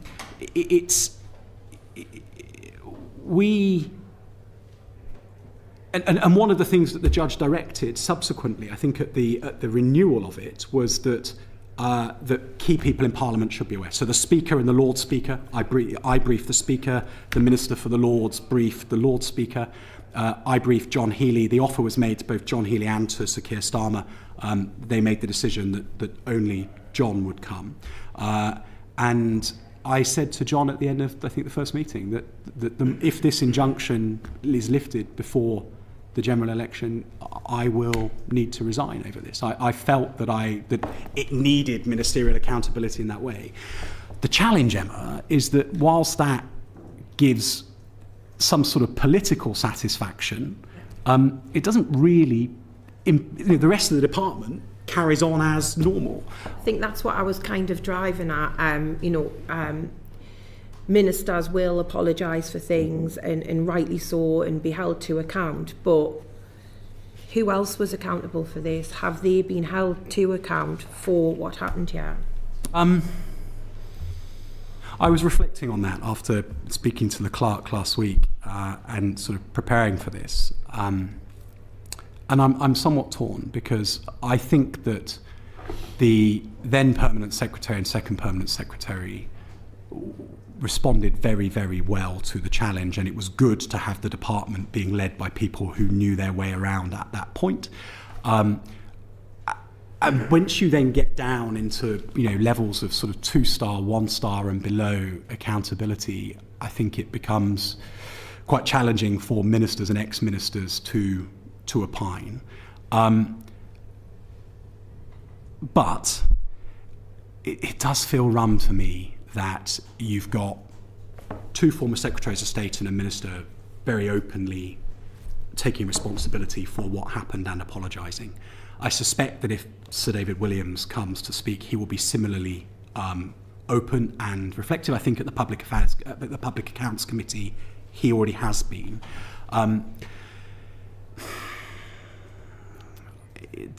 Should people further down, people with more direct supervisory responsibility for the person responsible, have been fired, discuss. But then equally there have been plenty of examples in recent years of the civil service reacting to ministerial insistence on things like that, as sort of ministerial intrusion and bullying and interference in civil service affairs. I suppose I would just say, sorry to interrupt, just I know the chair's conscious of time. I think in any organisation, if you make an error on this scale and are not held to account, you're likely to make it again. I think is the point I'm trying to make, is if the right people haven't been held to account, then it doesn't negate things like this happening in the future. And from what I'm hearing from you is I don't think you think everyone has been held. I don't want to paraphrase you, but it sounds like you're saying not everyone has been held to account. There's no doubt in my mind that in business, if something like this had happened, there would have been ramifications significantly greater than the ones that have happened. And an awful lot of people did an awful lot of great work to sort of rectify this and to get the Arat pipeline flowing. And they did an awful lot of great work with all the other very, very, very important and dangerous things the MOD was dealing with at the time. But the fact that, as far as I know, the only people that have really publicly taken any responsibility are the two Secretaries of State, the Minister and the Permanent Secretary. Whilst constitutionally that's probably right, it probably isn't the right response within the organisation itself. Okay. All right, thank you. Sorry for cutting you off. No, fair enough. The chair is very keen to conclude. Thank you very much. Mr. Heappey, I am very, very grateful to your good self for your invaluable contributions to our inquiry, and also I want to place on record my gratitude to you for your cooperation with our committee clerk. And you wanted just to say something if very, I may, very just briefly. You had an exchange with Sir Ben that Mr. Martin spotted. I was nodding along with intently. When your predecessor committee was doing its report on readiness in the last Parliament, I was increasingly uncomfortable with the amount that we were saying we could not disclose to the committee on the basis that it gave away classified information. And I asked for historical examples of similar reports. I think the clerk maybe was involved at the time. And it is clear that during the Cold War, your predecessor committees 30, 40 years ago were shown things like stockpiles and held fleets, and that the committee then redacted that before publication. And David Williams and I were both very concerned that the dial had moved too much in terms of what was not exposed to the committee. And I would argue that there are two things. One, if the armed forces aren't as ready as they should be, Parliament should know that, because from that comes parliamentary pressure on the Treasury to increase defence budgets. And if the armed forces are as ready as they should be, then there is a deterrent effect in Parliament publishing data and information to that effect so that our adversaries know. And I think that the committee should continue to push on that, because there's plenty of precedent when we last faced a state threat for us using Parliament, A, to drive decision-making around government and raise awareness of the threat, and B, to show Parliament and the public that we were ready to defend the nation. So who took the decision not to do that then? Yeah, you're the minister and the public and the private and the senior civil servant in the department. If you guys wanted it to happen, who was holding it back? What stopped it? Well, I think you recall from the conversations that we brought you in for a private briefing. That was in the best briefings we had. Actually. Well, thank you very much. Yeah. It was a private briefing, but it was hard to get the private briefing, in place, if you recall. So we tried. I mean, we were trying. Who was stopping it? It will require sustained ministerial effort, frankly, to just drive it. Against the institution. I mean, there is a sense that within...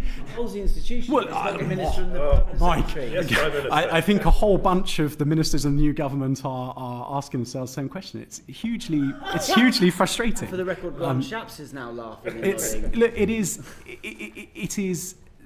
the argument that was being advanced was that nowadays, such is the availability of information online, that you can aggregate stuff even when it has been redacted, and from it you can gain intelligence. What you're saying is that the institution or the deep state, somebody is stopping that transparency and accountability, and Parliament and parliamentarians don't even know. So it took me as a minister to observe that far too many parliamentary questions and inquiries from this committee were coming across my desk with refusals to provide the information on the basis that it was classified. It took me to say, this is not good enough. We need to reply more helpfully, to commission research into what committees were given during the Cold War when we last faced a state threat, and to insist on a private classified briefing to the committee to assist in their report.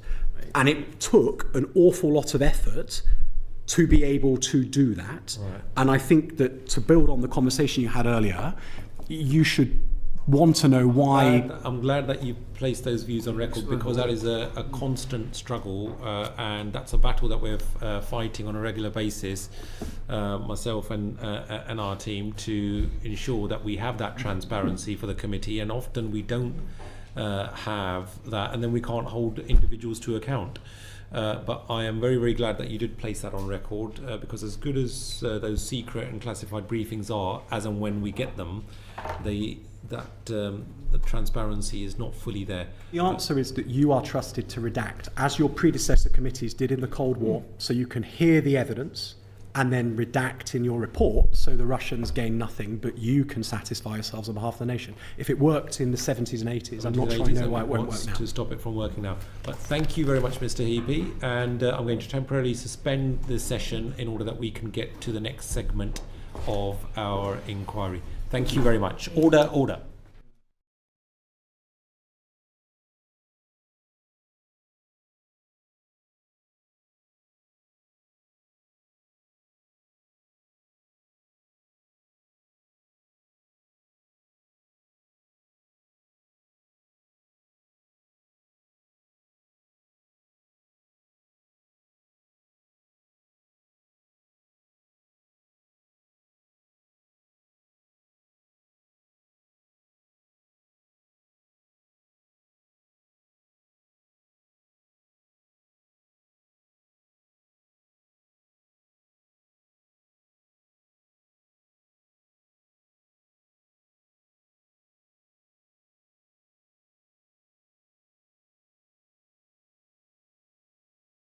As soon as you're ready, Grant, you're ready, and then right. Order, order. A call to order again our inquiry into the Afghan data breach and resettlement schemes. It is a pleasure to welcome Sir Grant Shapps, the former Secretary of State for Defence. Thank you very much, Sir Grant, for agreeing to give evidence and appearing before our committee. And without further ado, I'll go straight over to Derek Twigg to start the questions. Just the first obvious question, when and how did you hear about the breach? Day after I became Secretary of State. Nothing before then? No. I was told that there was a serious matter that I need to know all about and needed to come up to speed on, so immediately from that point. So I was appointed at the end of August, and it must have been the 1st of September. Okay. Are you aware of any Afghans arrived in the UK under the secret Afghan resettlement route during your time as Secretary of State? If yes, roughly how many? It's unclear if any of these arrived before the election. The first invitations on that were issued in April 2024. So I missed the first part of your question. Sorry, are you aware if any Afghans arrived in the UK under the secret Afghan resettlement route during your time as Secretary of State? Am I aware of any who did? Well, the numbers show that they did, yes. Well, so how many? I don't know the exact numbers. Okay. So you don't know how many? Not exact numbers, no. James, who you just heard from, was the on point. Did they arrive before you left office? Oh, certainly people were coming to the country, absolutely, yes. I mean, you know, there was a throttle speed for the number of people that we could get out, for the reasons that you've heard about. I won't repeat them, but you couldn't get more than a limited number of people out in any given period of time because of that throttle speed. The numbers were remained in the low dozens and hundreds over a period of time because you just couldn't pull people out fast. Okay. Well, thank you very much. Calvin Bailey. Thank you. Sorry, just before I come on to yourself, I believe Lincoln Job wanted to ask a quick Yes, supplementary on this. I don't think we can just... it was a very clear answer you gave to Mr. Twiggs' question about when did you find out about it. Yeah. But, I mean, you turn up, new job, first day in work, and they say, there's this massive secret that we've been keeping from the country. Yeah. And it's enormous, and it's going to cost billions of quid. What's your reaction? Well, by now, it's, I think, the 6th department that I had become Secretary of State of, so I was used to walking into departments with big problems that, and I'd been in the Home Office briefly, I knew about big problems that were landing on your desk day one. And so my immediate response was, right, I need all the facts here. First of all, when did this even happen? And it turned out it was 2022. Okay, when did we know about this leak? And it turned out that halfway through the previous month, this Facebook post had gone up and then been redacted and removed by Facebook. What is the overall impact of this? Well, the Taliban could be now targeting a list. If they notice it's there, we need to get these people moved pretty bloody quickly. As with every department I went to, find the facts, identify the problems, and then what are the solutions that you need to put in place. And it was exactly that process. Thank you. Thank you very much. Kelvin Bailey. Thank you. Can you give us an insight into why decision making within government under the cover of the injunction took so long? Or took as long as it did? So I think actually the decisions were being made pretty rapidly. The problem was, it goes back to Mr. Twiggs' question, that there was a throttle on the speed at which you could remove people from the country, both because, bluntly, you had to get them out of Afghanistan via illicit routes with fake information. That's how you get them across the border, you're smuggling people out of the country. That's not an easy task, and as Mr. Heappey was just saying, the routes would become known by the Taliban, and then that puts people's lives at risk and so on and so forth. So there was this natural... And then actually you need to get people relocated from Pakistan, which was the route, into the UK, which required that relocation package. So I think that the institution of the state, often criticised, was actually pretty quick. The frustration was that even if you threw every single possible institution of the state at this problem, you could not move people faster than we were moving them. And believe me, we tried. Could there be somebody else that removed people from the country? Was there another organisation that could achieve that? No and no, so on and so forth. So I don't think the state wasn't acting quickly. I think the state found it had very few options.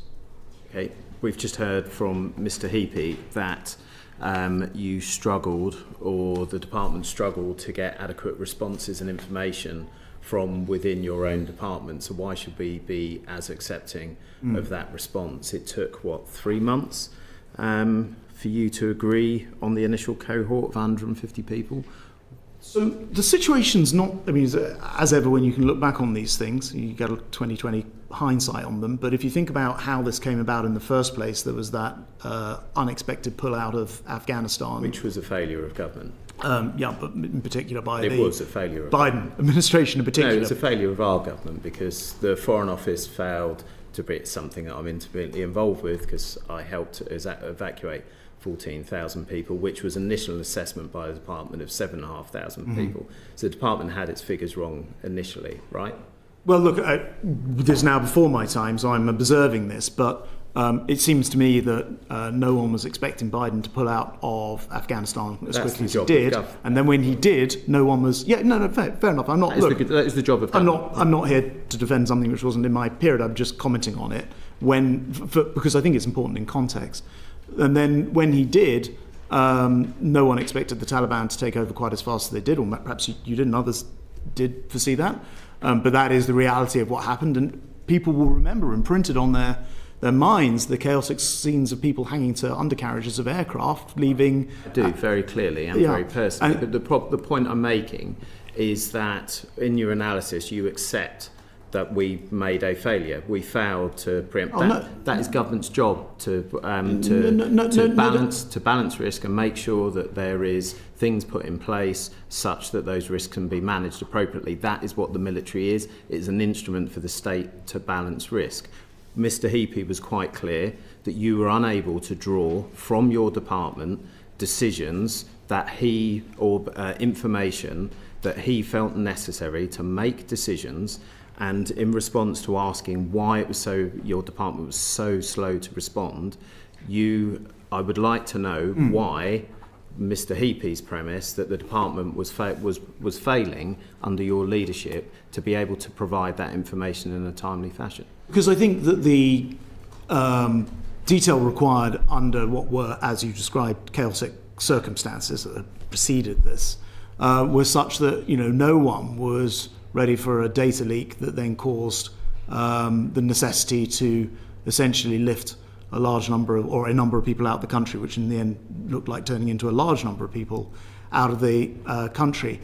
I am not sure that I entirely agree with Mr. Heappey's interpretation that it was anything other than, in fact I sat here and I just heard him say it, it was very, very difficult to sift through those that were, let's have a go and apply to a scheme that looks like it can give you resettlement in the UK, and were genuine cases, and those who were just filling in essentially a form that had been copied around with blank spaces to fill it in. And I think that is the thing which was causing the problem, just trying to disaggregate the real applications from the others. But Mr. Heappey would have been very close to the detail on that. That wasn't the way it felt to me. But it felt to me that this is just a very complex, messy situation that essentially I came in as Secretary of State and needed to try and resolve. The thing is, Mr. Shapps, the point I'm trying to make is that the absence of, if there was appropriate political will to reach in and see these things through, these things can happen quickly. And we've heard about the mess and the challenges that the departments faced with each other about where you're going to relocate these people. So my question is about political will and leadership. No. If there was the political will, was it at the wrong level? Clearly there's problems inside the department. I just to reassure you, Mr. Bailey, this had my absolute attention, as the records, and I think you will have had all of the paperwork show, occupied a great deal of my time and was a constant pressure to resolved. I recognised more than anything else, as you or anyone else would have done if you were sat in the Secretary of State for Defence's chair, that there were people's lives on the line and that we had to make the machine move as fast as humanly possible. Now, it is true that you had all the various different tensions of where you relocate people to. And again, as I just heard Mr. Heappey say, it's perfectly right that a housing minister is concerned about housing and so on and so forth through other ministers. That's a necessary tension, but it was not the heart of the problem. The heart of the problem that I faced every single day was how you increased the throttle speed of getting people out of the country, and that was the real problem. And I assert that was done in the comfort of your office, in the absence of parliamentary scrutiny and the public pressure under which you would have been feeling had this been out and been exposed to parliamentary scrutiny. There is an amount of pressure there's amount of pressure that would have come about as a result of direct parliamentary scrutiny that would have meant that you would have been able to have placed your hands across on some levers in other government departments through perhaps a COBRA, because this should have been managed through a centralised... It was being. You're mischaracterising this, I'm afraid. And let me just say, first of all, I wish that we could have better briefed Parliament. We briefed Mr. Twigg and others, but it was a fundamental problem that the need to protect lives, including, as it turns out, British lives, meant that the knowledge of even the fact that there was a list, let alone the people on the list, could have put those lives at risk. Nobody in my seat would have made a different decision, number one. Number two, it is a mischaracterisation to say that we weren't feeling the pressure every single day to solve this. We were feeling the pressure because, apart from anything else, the judges were making it very clear that unless we worked every single day to resolve this, then they wouldn't be able to sustain the injunction. So the pressure was coming in a different way, not the most preferable way, as you say, but for good reason. That's not a mischaracterisation then, is it? What I'm saying is that you were not under parliamentary scrutiny. No, but we were under court. You did not have... They're different things. They cannot be the same, because otherwise our parliament isn't effective. And the point I'm making is, would this... there is a balance between the exposing an amount of information or a problem and using that to coalesce pressure across government and maybe elevating this up under the Prime Minister, because your other government, you didn't know about this, you said this yourself, you were in 6 other departments, all of which you said were failing. You arrived with six big problems. But so you were used to coming into departments with challenges, which is what you said at the beginning. Which is not the same. You arrived in a department with where a big problem was presented to you, which meant that you didn't know about it before arriving. So it cannot be the case that there was a cross-government approach to this problem, or knowledge had leaked beyond the purview of the legal protections that you were asking for. So you were doing this in the absence of the pressure that public scrutiny would have been applied to you, and you were doing it therefore without the support that would have given you to reach across other government departments. First of all, I mentioned it was in other departments, and every department has its problem. I didn't say every department was failing. Secondly, it is of course true that I was doing it without the scrutiny of parliamentary pressure, as you say. Obviously that was the case because it wasn't in Parliament. But there was a different type of pressure that unless you have been under, you may not fully appreciate, which was the pressure from the law courts. And in this particular case, they've been very, very strict about what they felt needed to be done, both in terms of briefing and providing opportunities for briefings to both the speakers of the House, the leader of the opposition, who certainly at one point did not take up that briefing, but the Shadow Defence Secretary and Foreign Secretaries who did. And so it was not that there was no coverage, but of course you're right to say that there wasn't that scrutiny. However, you're then saying, and therefore somehow you weren't using all of the arms of the state, you weren't pressurising others, there wasn't a coordinating function through COBRA or other kinds of committees that got to the same thing. That is not true. All of those things were there, and the records very clearly show those cross-departmental meetings took place on a very, very regular basis. Thank you much. Emily? Thanks, Chair. Hi. So on the day before the general election, you decided to appeal the High Court's decision to lift the injunction. Can you tell us why that was? Yes. There was a concern, essentially, that the risk to life, both Afghan and British lives, was on from the moment of the breach being known, was on a sliding scale down. And I accept that over the time, and believe that over the time, that as we got more people out of the country, and as time passed, because other people will have just died through natural causes or moved elsewhere or what have you, then that risk does decrease. And I always thought that it would be a matter of judgment between when the risks to life, both British and Afghan, and the disadvantage of keeping an injunction in place would cross over. And I thought that that time was probably going to be around the autumn of 2024. Why? Because of that sliding scale. The further away you get from the moment that the breach is known, and today, the more people you got out of the country.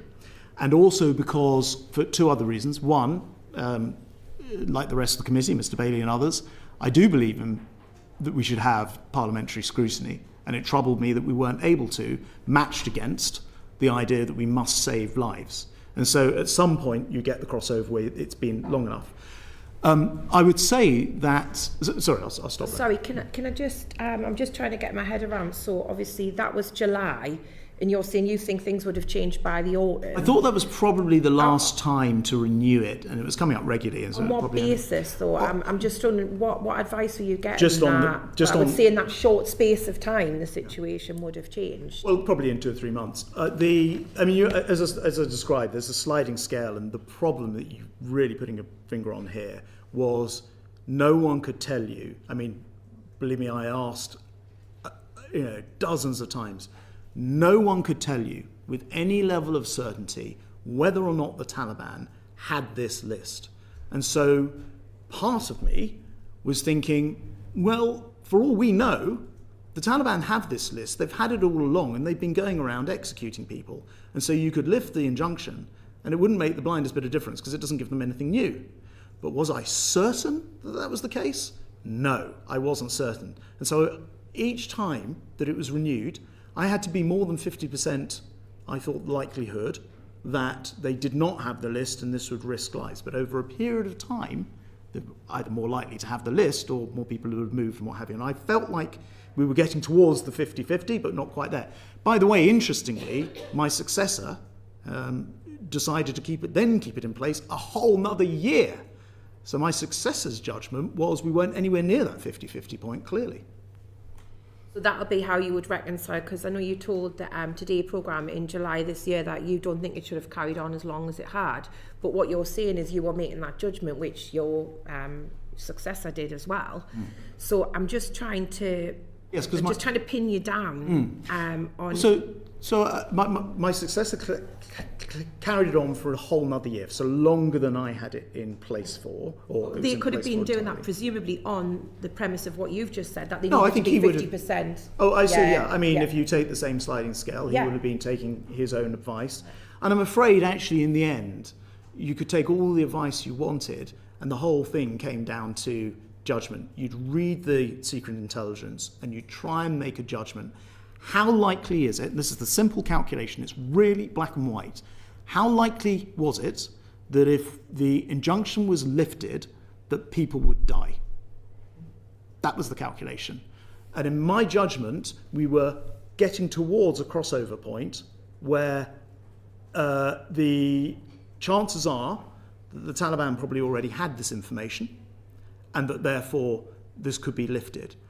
And I've tried to, through open source, largely, monitor the situation since the injunction's been lifted, now winding forward another year, and I've seen nothing that indicates that there have been an increased number of Taliban attacks on the individuals. So I think that it was probably kept in place for too long.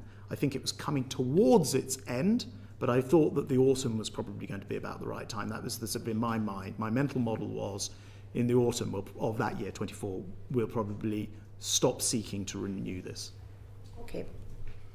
Thank you very much. Sir Grant, I just wanted to confirm the fact that there was a complete lack of democratic accountability, of transparency, as has already been pointed out. But why did you initially resist your officials' advice to brief the Shadow Secretary of State for defence on Privy Council terms? Yeah, so it was only for a short period of time, but first of all we needed to establish all of the facts, and given that we provided multiple briefings to the Shadow Secretary of State and where he wanted them to the opposition leader, it wasn't a desire, and indeed to the leaders, to the speakers of the houses, it wasn't a desire not to include them, it was merely a desire to establish facts before we started to spread this further. When you say briefly, you only how long is briefly? I mean, it will be in the. I can write back to you. It will be in the file there. But it wasn't a particularly long period of time. What I needed to do. Yeah, I think about a month. About a month. I think that's probably right. You decided not to brief yes. the Shadow Secretary. Because I think in any crisis situation, the first thing to do is not to widen the scope. The first thing is to find the facts and then to start to brief others. So what made you change your mind on this in due course? Was it just that you... We just got to grips with... I mean, so I come into the situation where there's been this leak, we need to do something about it, we're going to put these programs in place, I need to find out the extent of it and fully understand what's behind it. And look, I know that Parliament always wants to know. I was a parliamentarian for 19 years, right? If I was your side of the, I'd be saying the same thing. That's why we're so shocked. And of course the media are keen to know. But the truth is, there are just times, folks, and this is the grown-up world we live in, where the executive power, the cabinet essentially, have to make decisions. I can give you many examples. In a grown-up world, Sir Grant, with all due respect, while we're shocked that having been a parliamentarian for so long that you decided to significantly curtail the workings of Parliament, of the Defence Committee. And why did you decide to exclude the then chair of the Defence Committee? Did you not trust the chair of the Defence Committee at the time? It's not about trusting somebody or not trusting somebody. It's just about wanting to save lives. And if you want to save lives, then you will keep the information. The chair of the Defence Committee at the time would have stopped you from saving lives by briefing them. So look, where you have a situation where not just the list, but the knowledge that the list exists could itself put people's lives at risk, you have to decide where that line is, where to draw that line. And my view was, first of all, establish the facts, and then we can start to brief people, and we did in the manner in which we've described.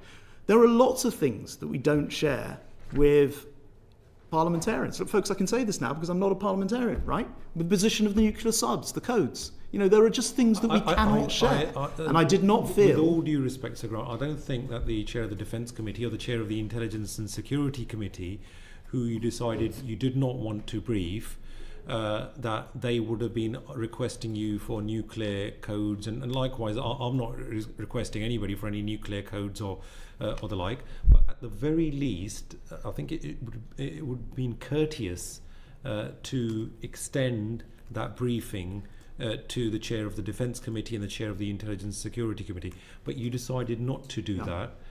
And that really has put your record in a bad light, wouldn't you say? Look, I disagree, and I understand that the committee may disagree with me on this. But unless you sat in a chair where... and the committee will, I think, concede that the more people who know about it, the more people could know about it, because unfortunately things do get around. And the more it was talked of and known of, there was, even if it's a very small chance, 1% greater risk that might get out, then that's a 1% greater risk that people would die, including British forces. But let's recognise the facts. There were several, and when I do mean several journalists, activists and Afghans that were all aware of the data breach. You know, the thing had been put on Facebook, for God's sake. You know, I'm sure the chair of the Defence Committee and the chair of the Intelligence Security Committee should have been made privy to that information, and in fact there should have been a briefing given to all Defence Committee members, but you decided against that. I just disagree. I just disagree, and no offence to anybody, and probably the members in this room were not the people on the committee necessarily, and some may have been. I disagree. Where there are people's lives at stake, there are just times where you have to use executive authority in order to protect lives. And I know this is not what people want to hear, and everyone thinks that everything should be shared all the time. As soon as you reach out further, there is a chance that somebody says something to someone and word gets back. And frankly, I'd rather be sat in front of you today explaining why I acted to save lives than sat in front of you today to try and explain why I didn't act and people died. Yeah, but I think all of us are on the side of saving lives, on making sure that the right thing is done.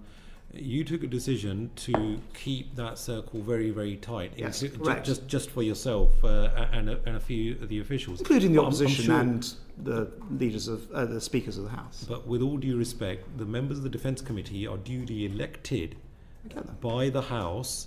They have the trust and confidence of 650 fellow parliamentarians, and I am sure that those individuals who are regularly the outriders for defence, and I'm sure that's what committee members are doing at the moment, that our predecessor committee, that they should have had access to that, and that is what I think has actually led to this debacle being worse than it is, because those decisions weren't taken, and that's a deficiency in democratic accountability has led to the situation whereby we now all feel that the wrong decision was taken at the time. I respectfully disagree.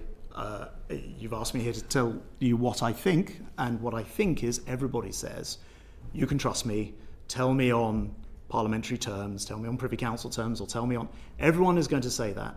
But the truth is, even if that made it 1% more likely that people would die as a result of the knowledge of this list spreading further, I was not prepared to take that risk.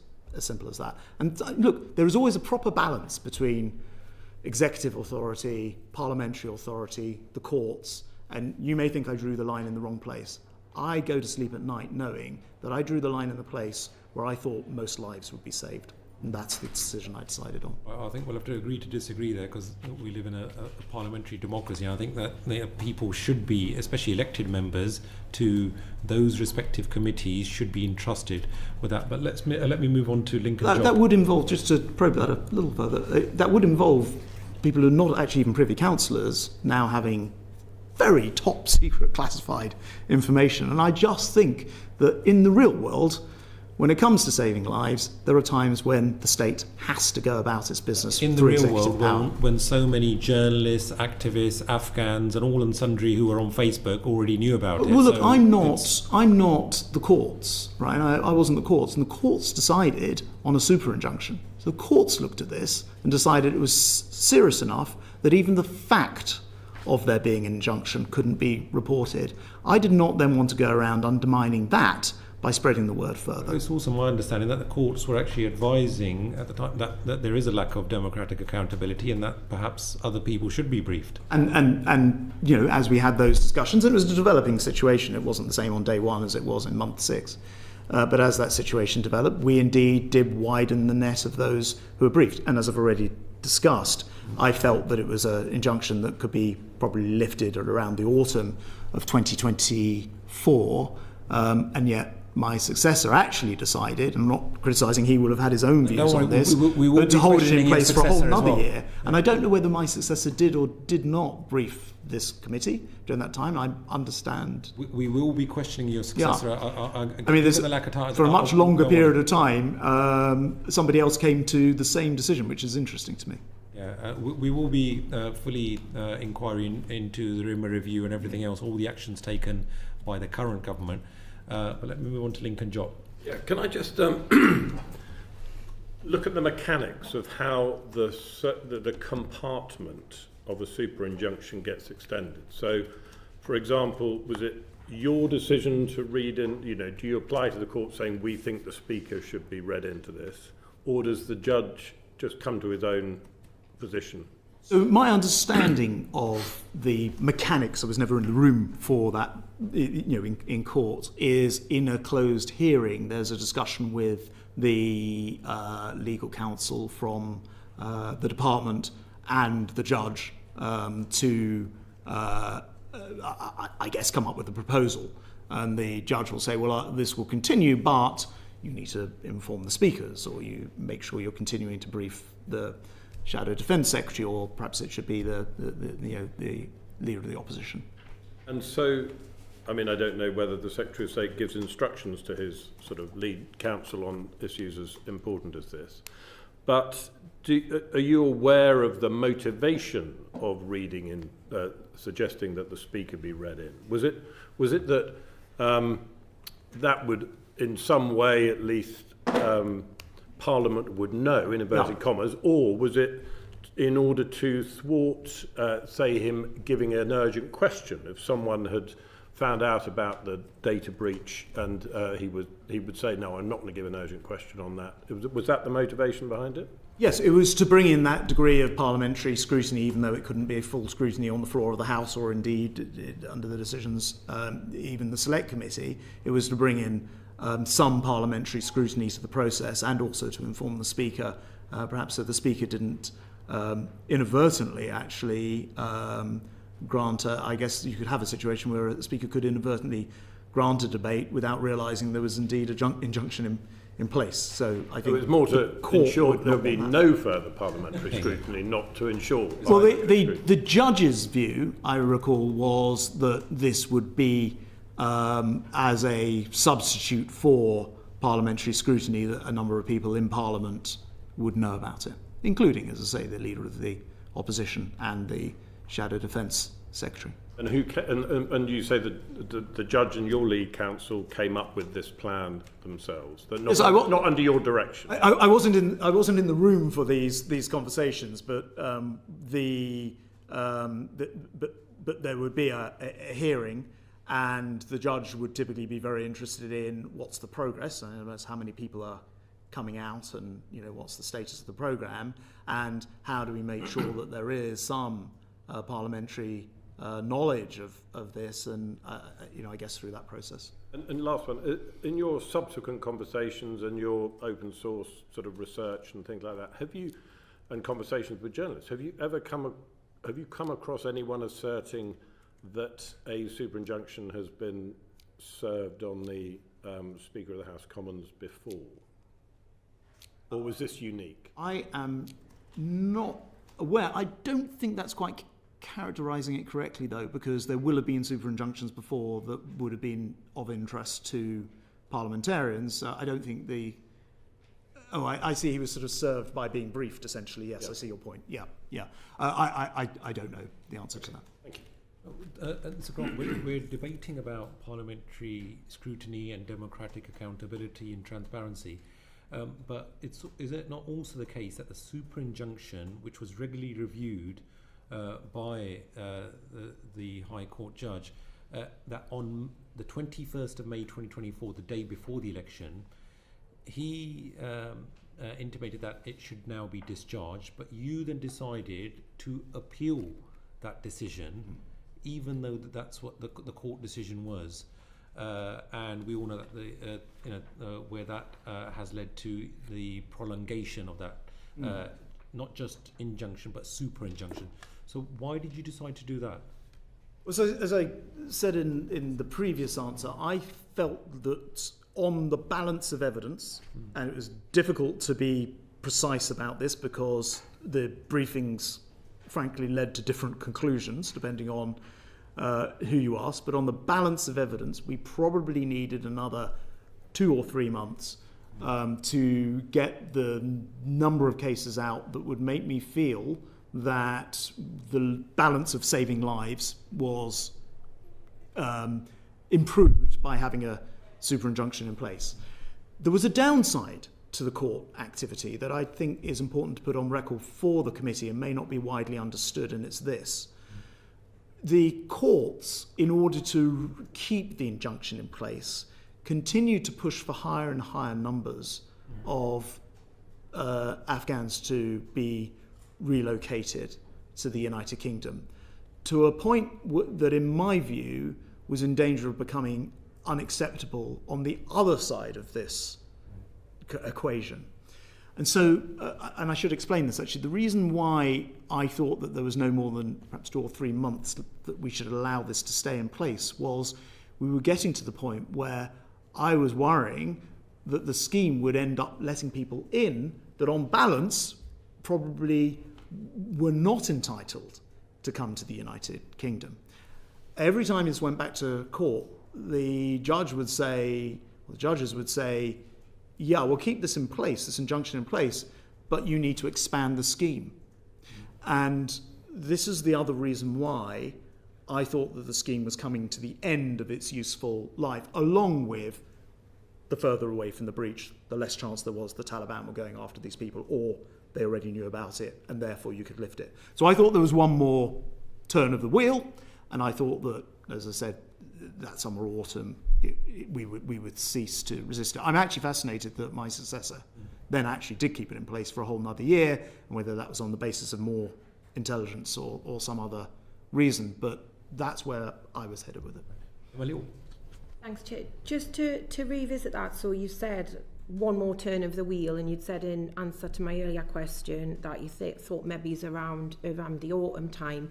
So why then did you apply for an indefinite extension in the May instead of just a temporary extension? Yeah, I think probably just a legal kind of nicety, as it were. It wasn't that we were trying to keep it in place forever. It's just probably just stop having to go back every 2 or 3 weeks or 4 weeks or whatever it was to renew it. But it wasn't a sort of it wasn't for any other reason. How it's confusing to us though. Look, you know, you're saying you think autumn it should have probably been lifted. You were constantly reviewing it, but yet you applied for an indefinite extension. And the reason you can know, it's hard to sort of get into somebody's head after the point and say what were they thinking at the time. But it's the reason I mentioned the other factor on this was I was starting to become concerned that the courts were becoming very gung-ho about the size of the overall scheme, and every time they were renewing it, including more families, more extensions of the families, more, and so there was, if you like, there was a real pressure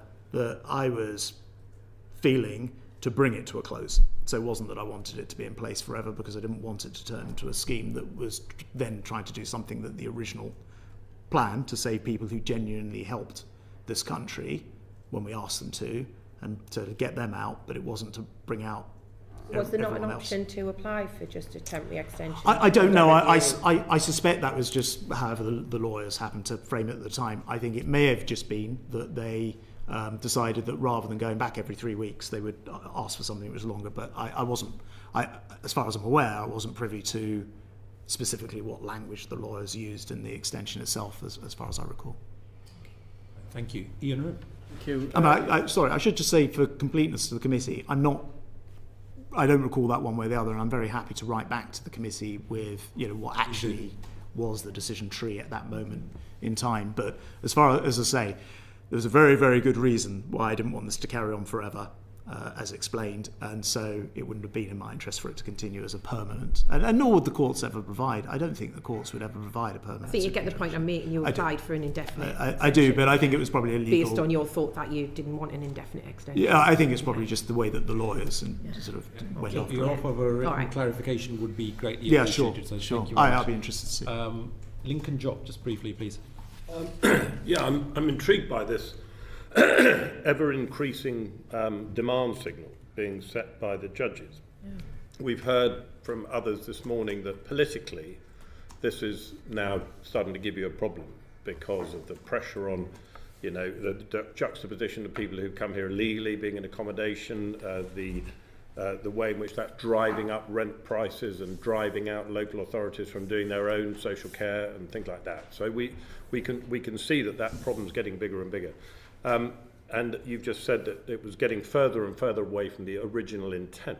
So on what basis do you think that the judge is extending that? Because presumably he's only getting his briefings from the MOD.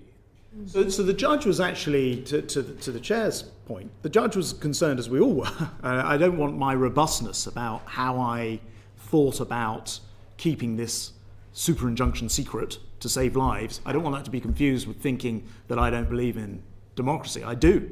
And I think, the judge shared the same view that if this was going to be kept under an injunction, that the quid pro quo was you had a increasing circle of parliamentarians through different bits of the parliamentary machine that would need to know, and also that the judges seem to be becoming quite activist in terms of the list.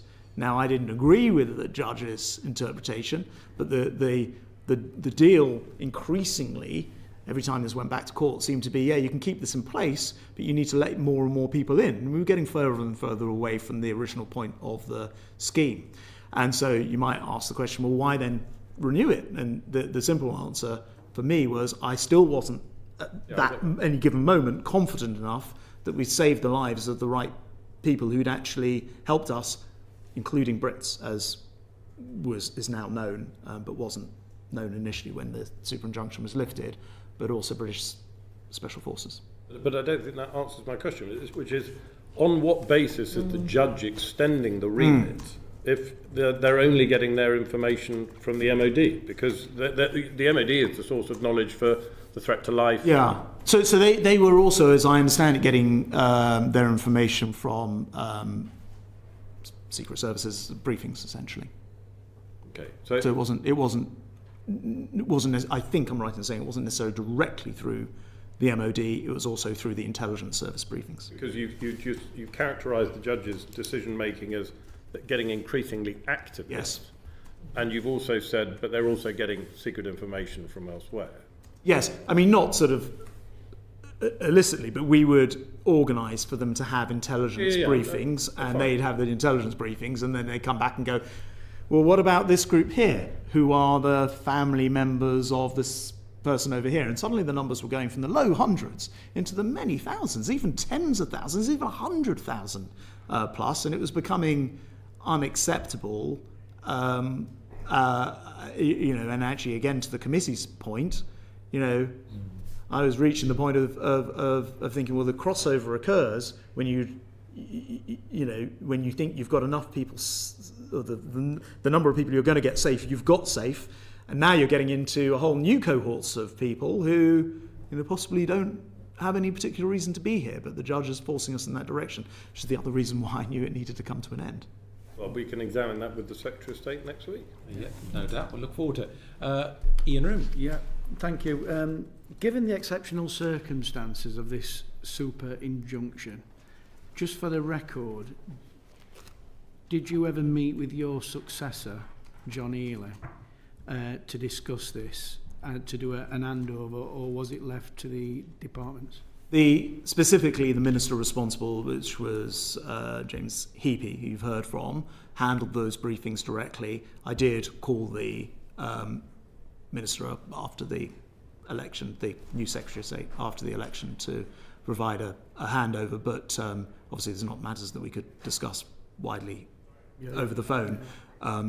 But my attitude was, with the current Defence Secretary and then opposition Defence Secretary, the Shadow Defence Secretary, was to entrust him with briefings. He, you know, is in the role that I think, in the best interests of this country, required him to come into, to win the election, which certainly looked likely, required him to come into the job with as much practical information as possible. And I've always had an extremely good relationship with the current Defence Secretary, because I think matters of national security matter more than politics. Yeah. So we all learn through our experiences in life. So my final question is, with hindsight, what, if anything, would you have done differently during your time as Secretary of State? Well, possibly in other areas, a number of things, but in this particular area, and I know that the easy answer would be to satisfy the committee and say, well, maybe I would have briefed everyone earlier. I wouldn't have done. If I lived my time again, and on this particular issue, I am satisfied that my course of action is more likely to have saved more lives of Afghans, but also of Brits, than any other course of action. I wouldn't have altered it. Thank you very much, Sir Grant. That brings to a conclusion our evidence session today. Very, very grateful to you for your contribution to our inquiry and for giving evidence to the committee. With that, I bring the session to an end. Order, order. Thank you.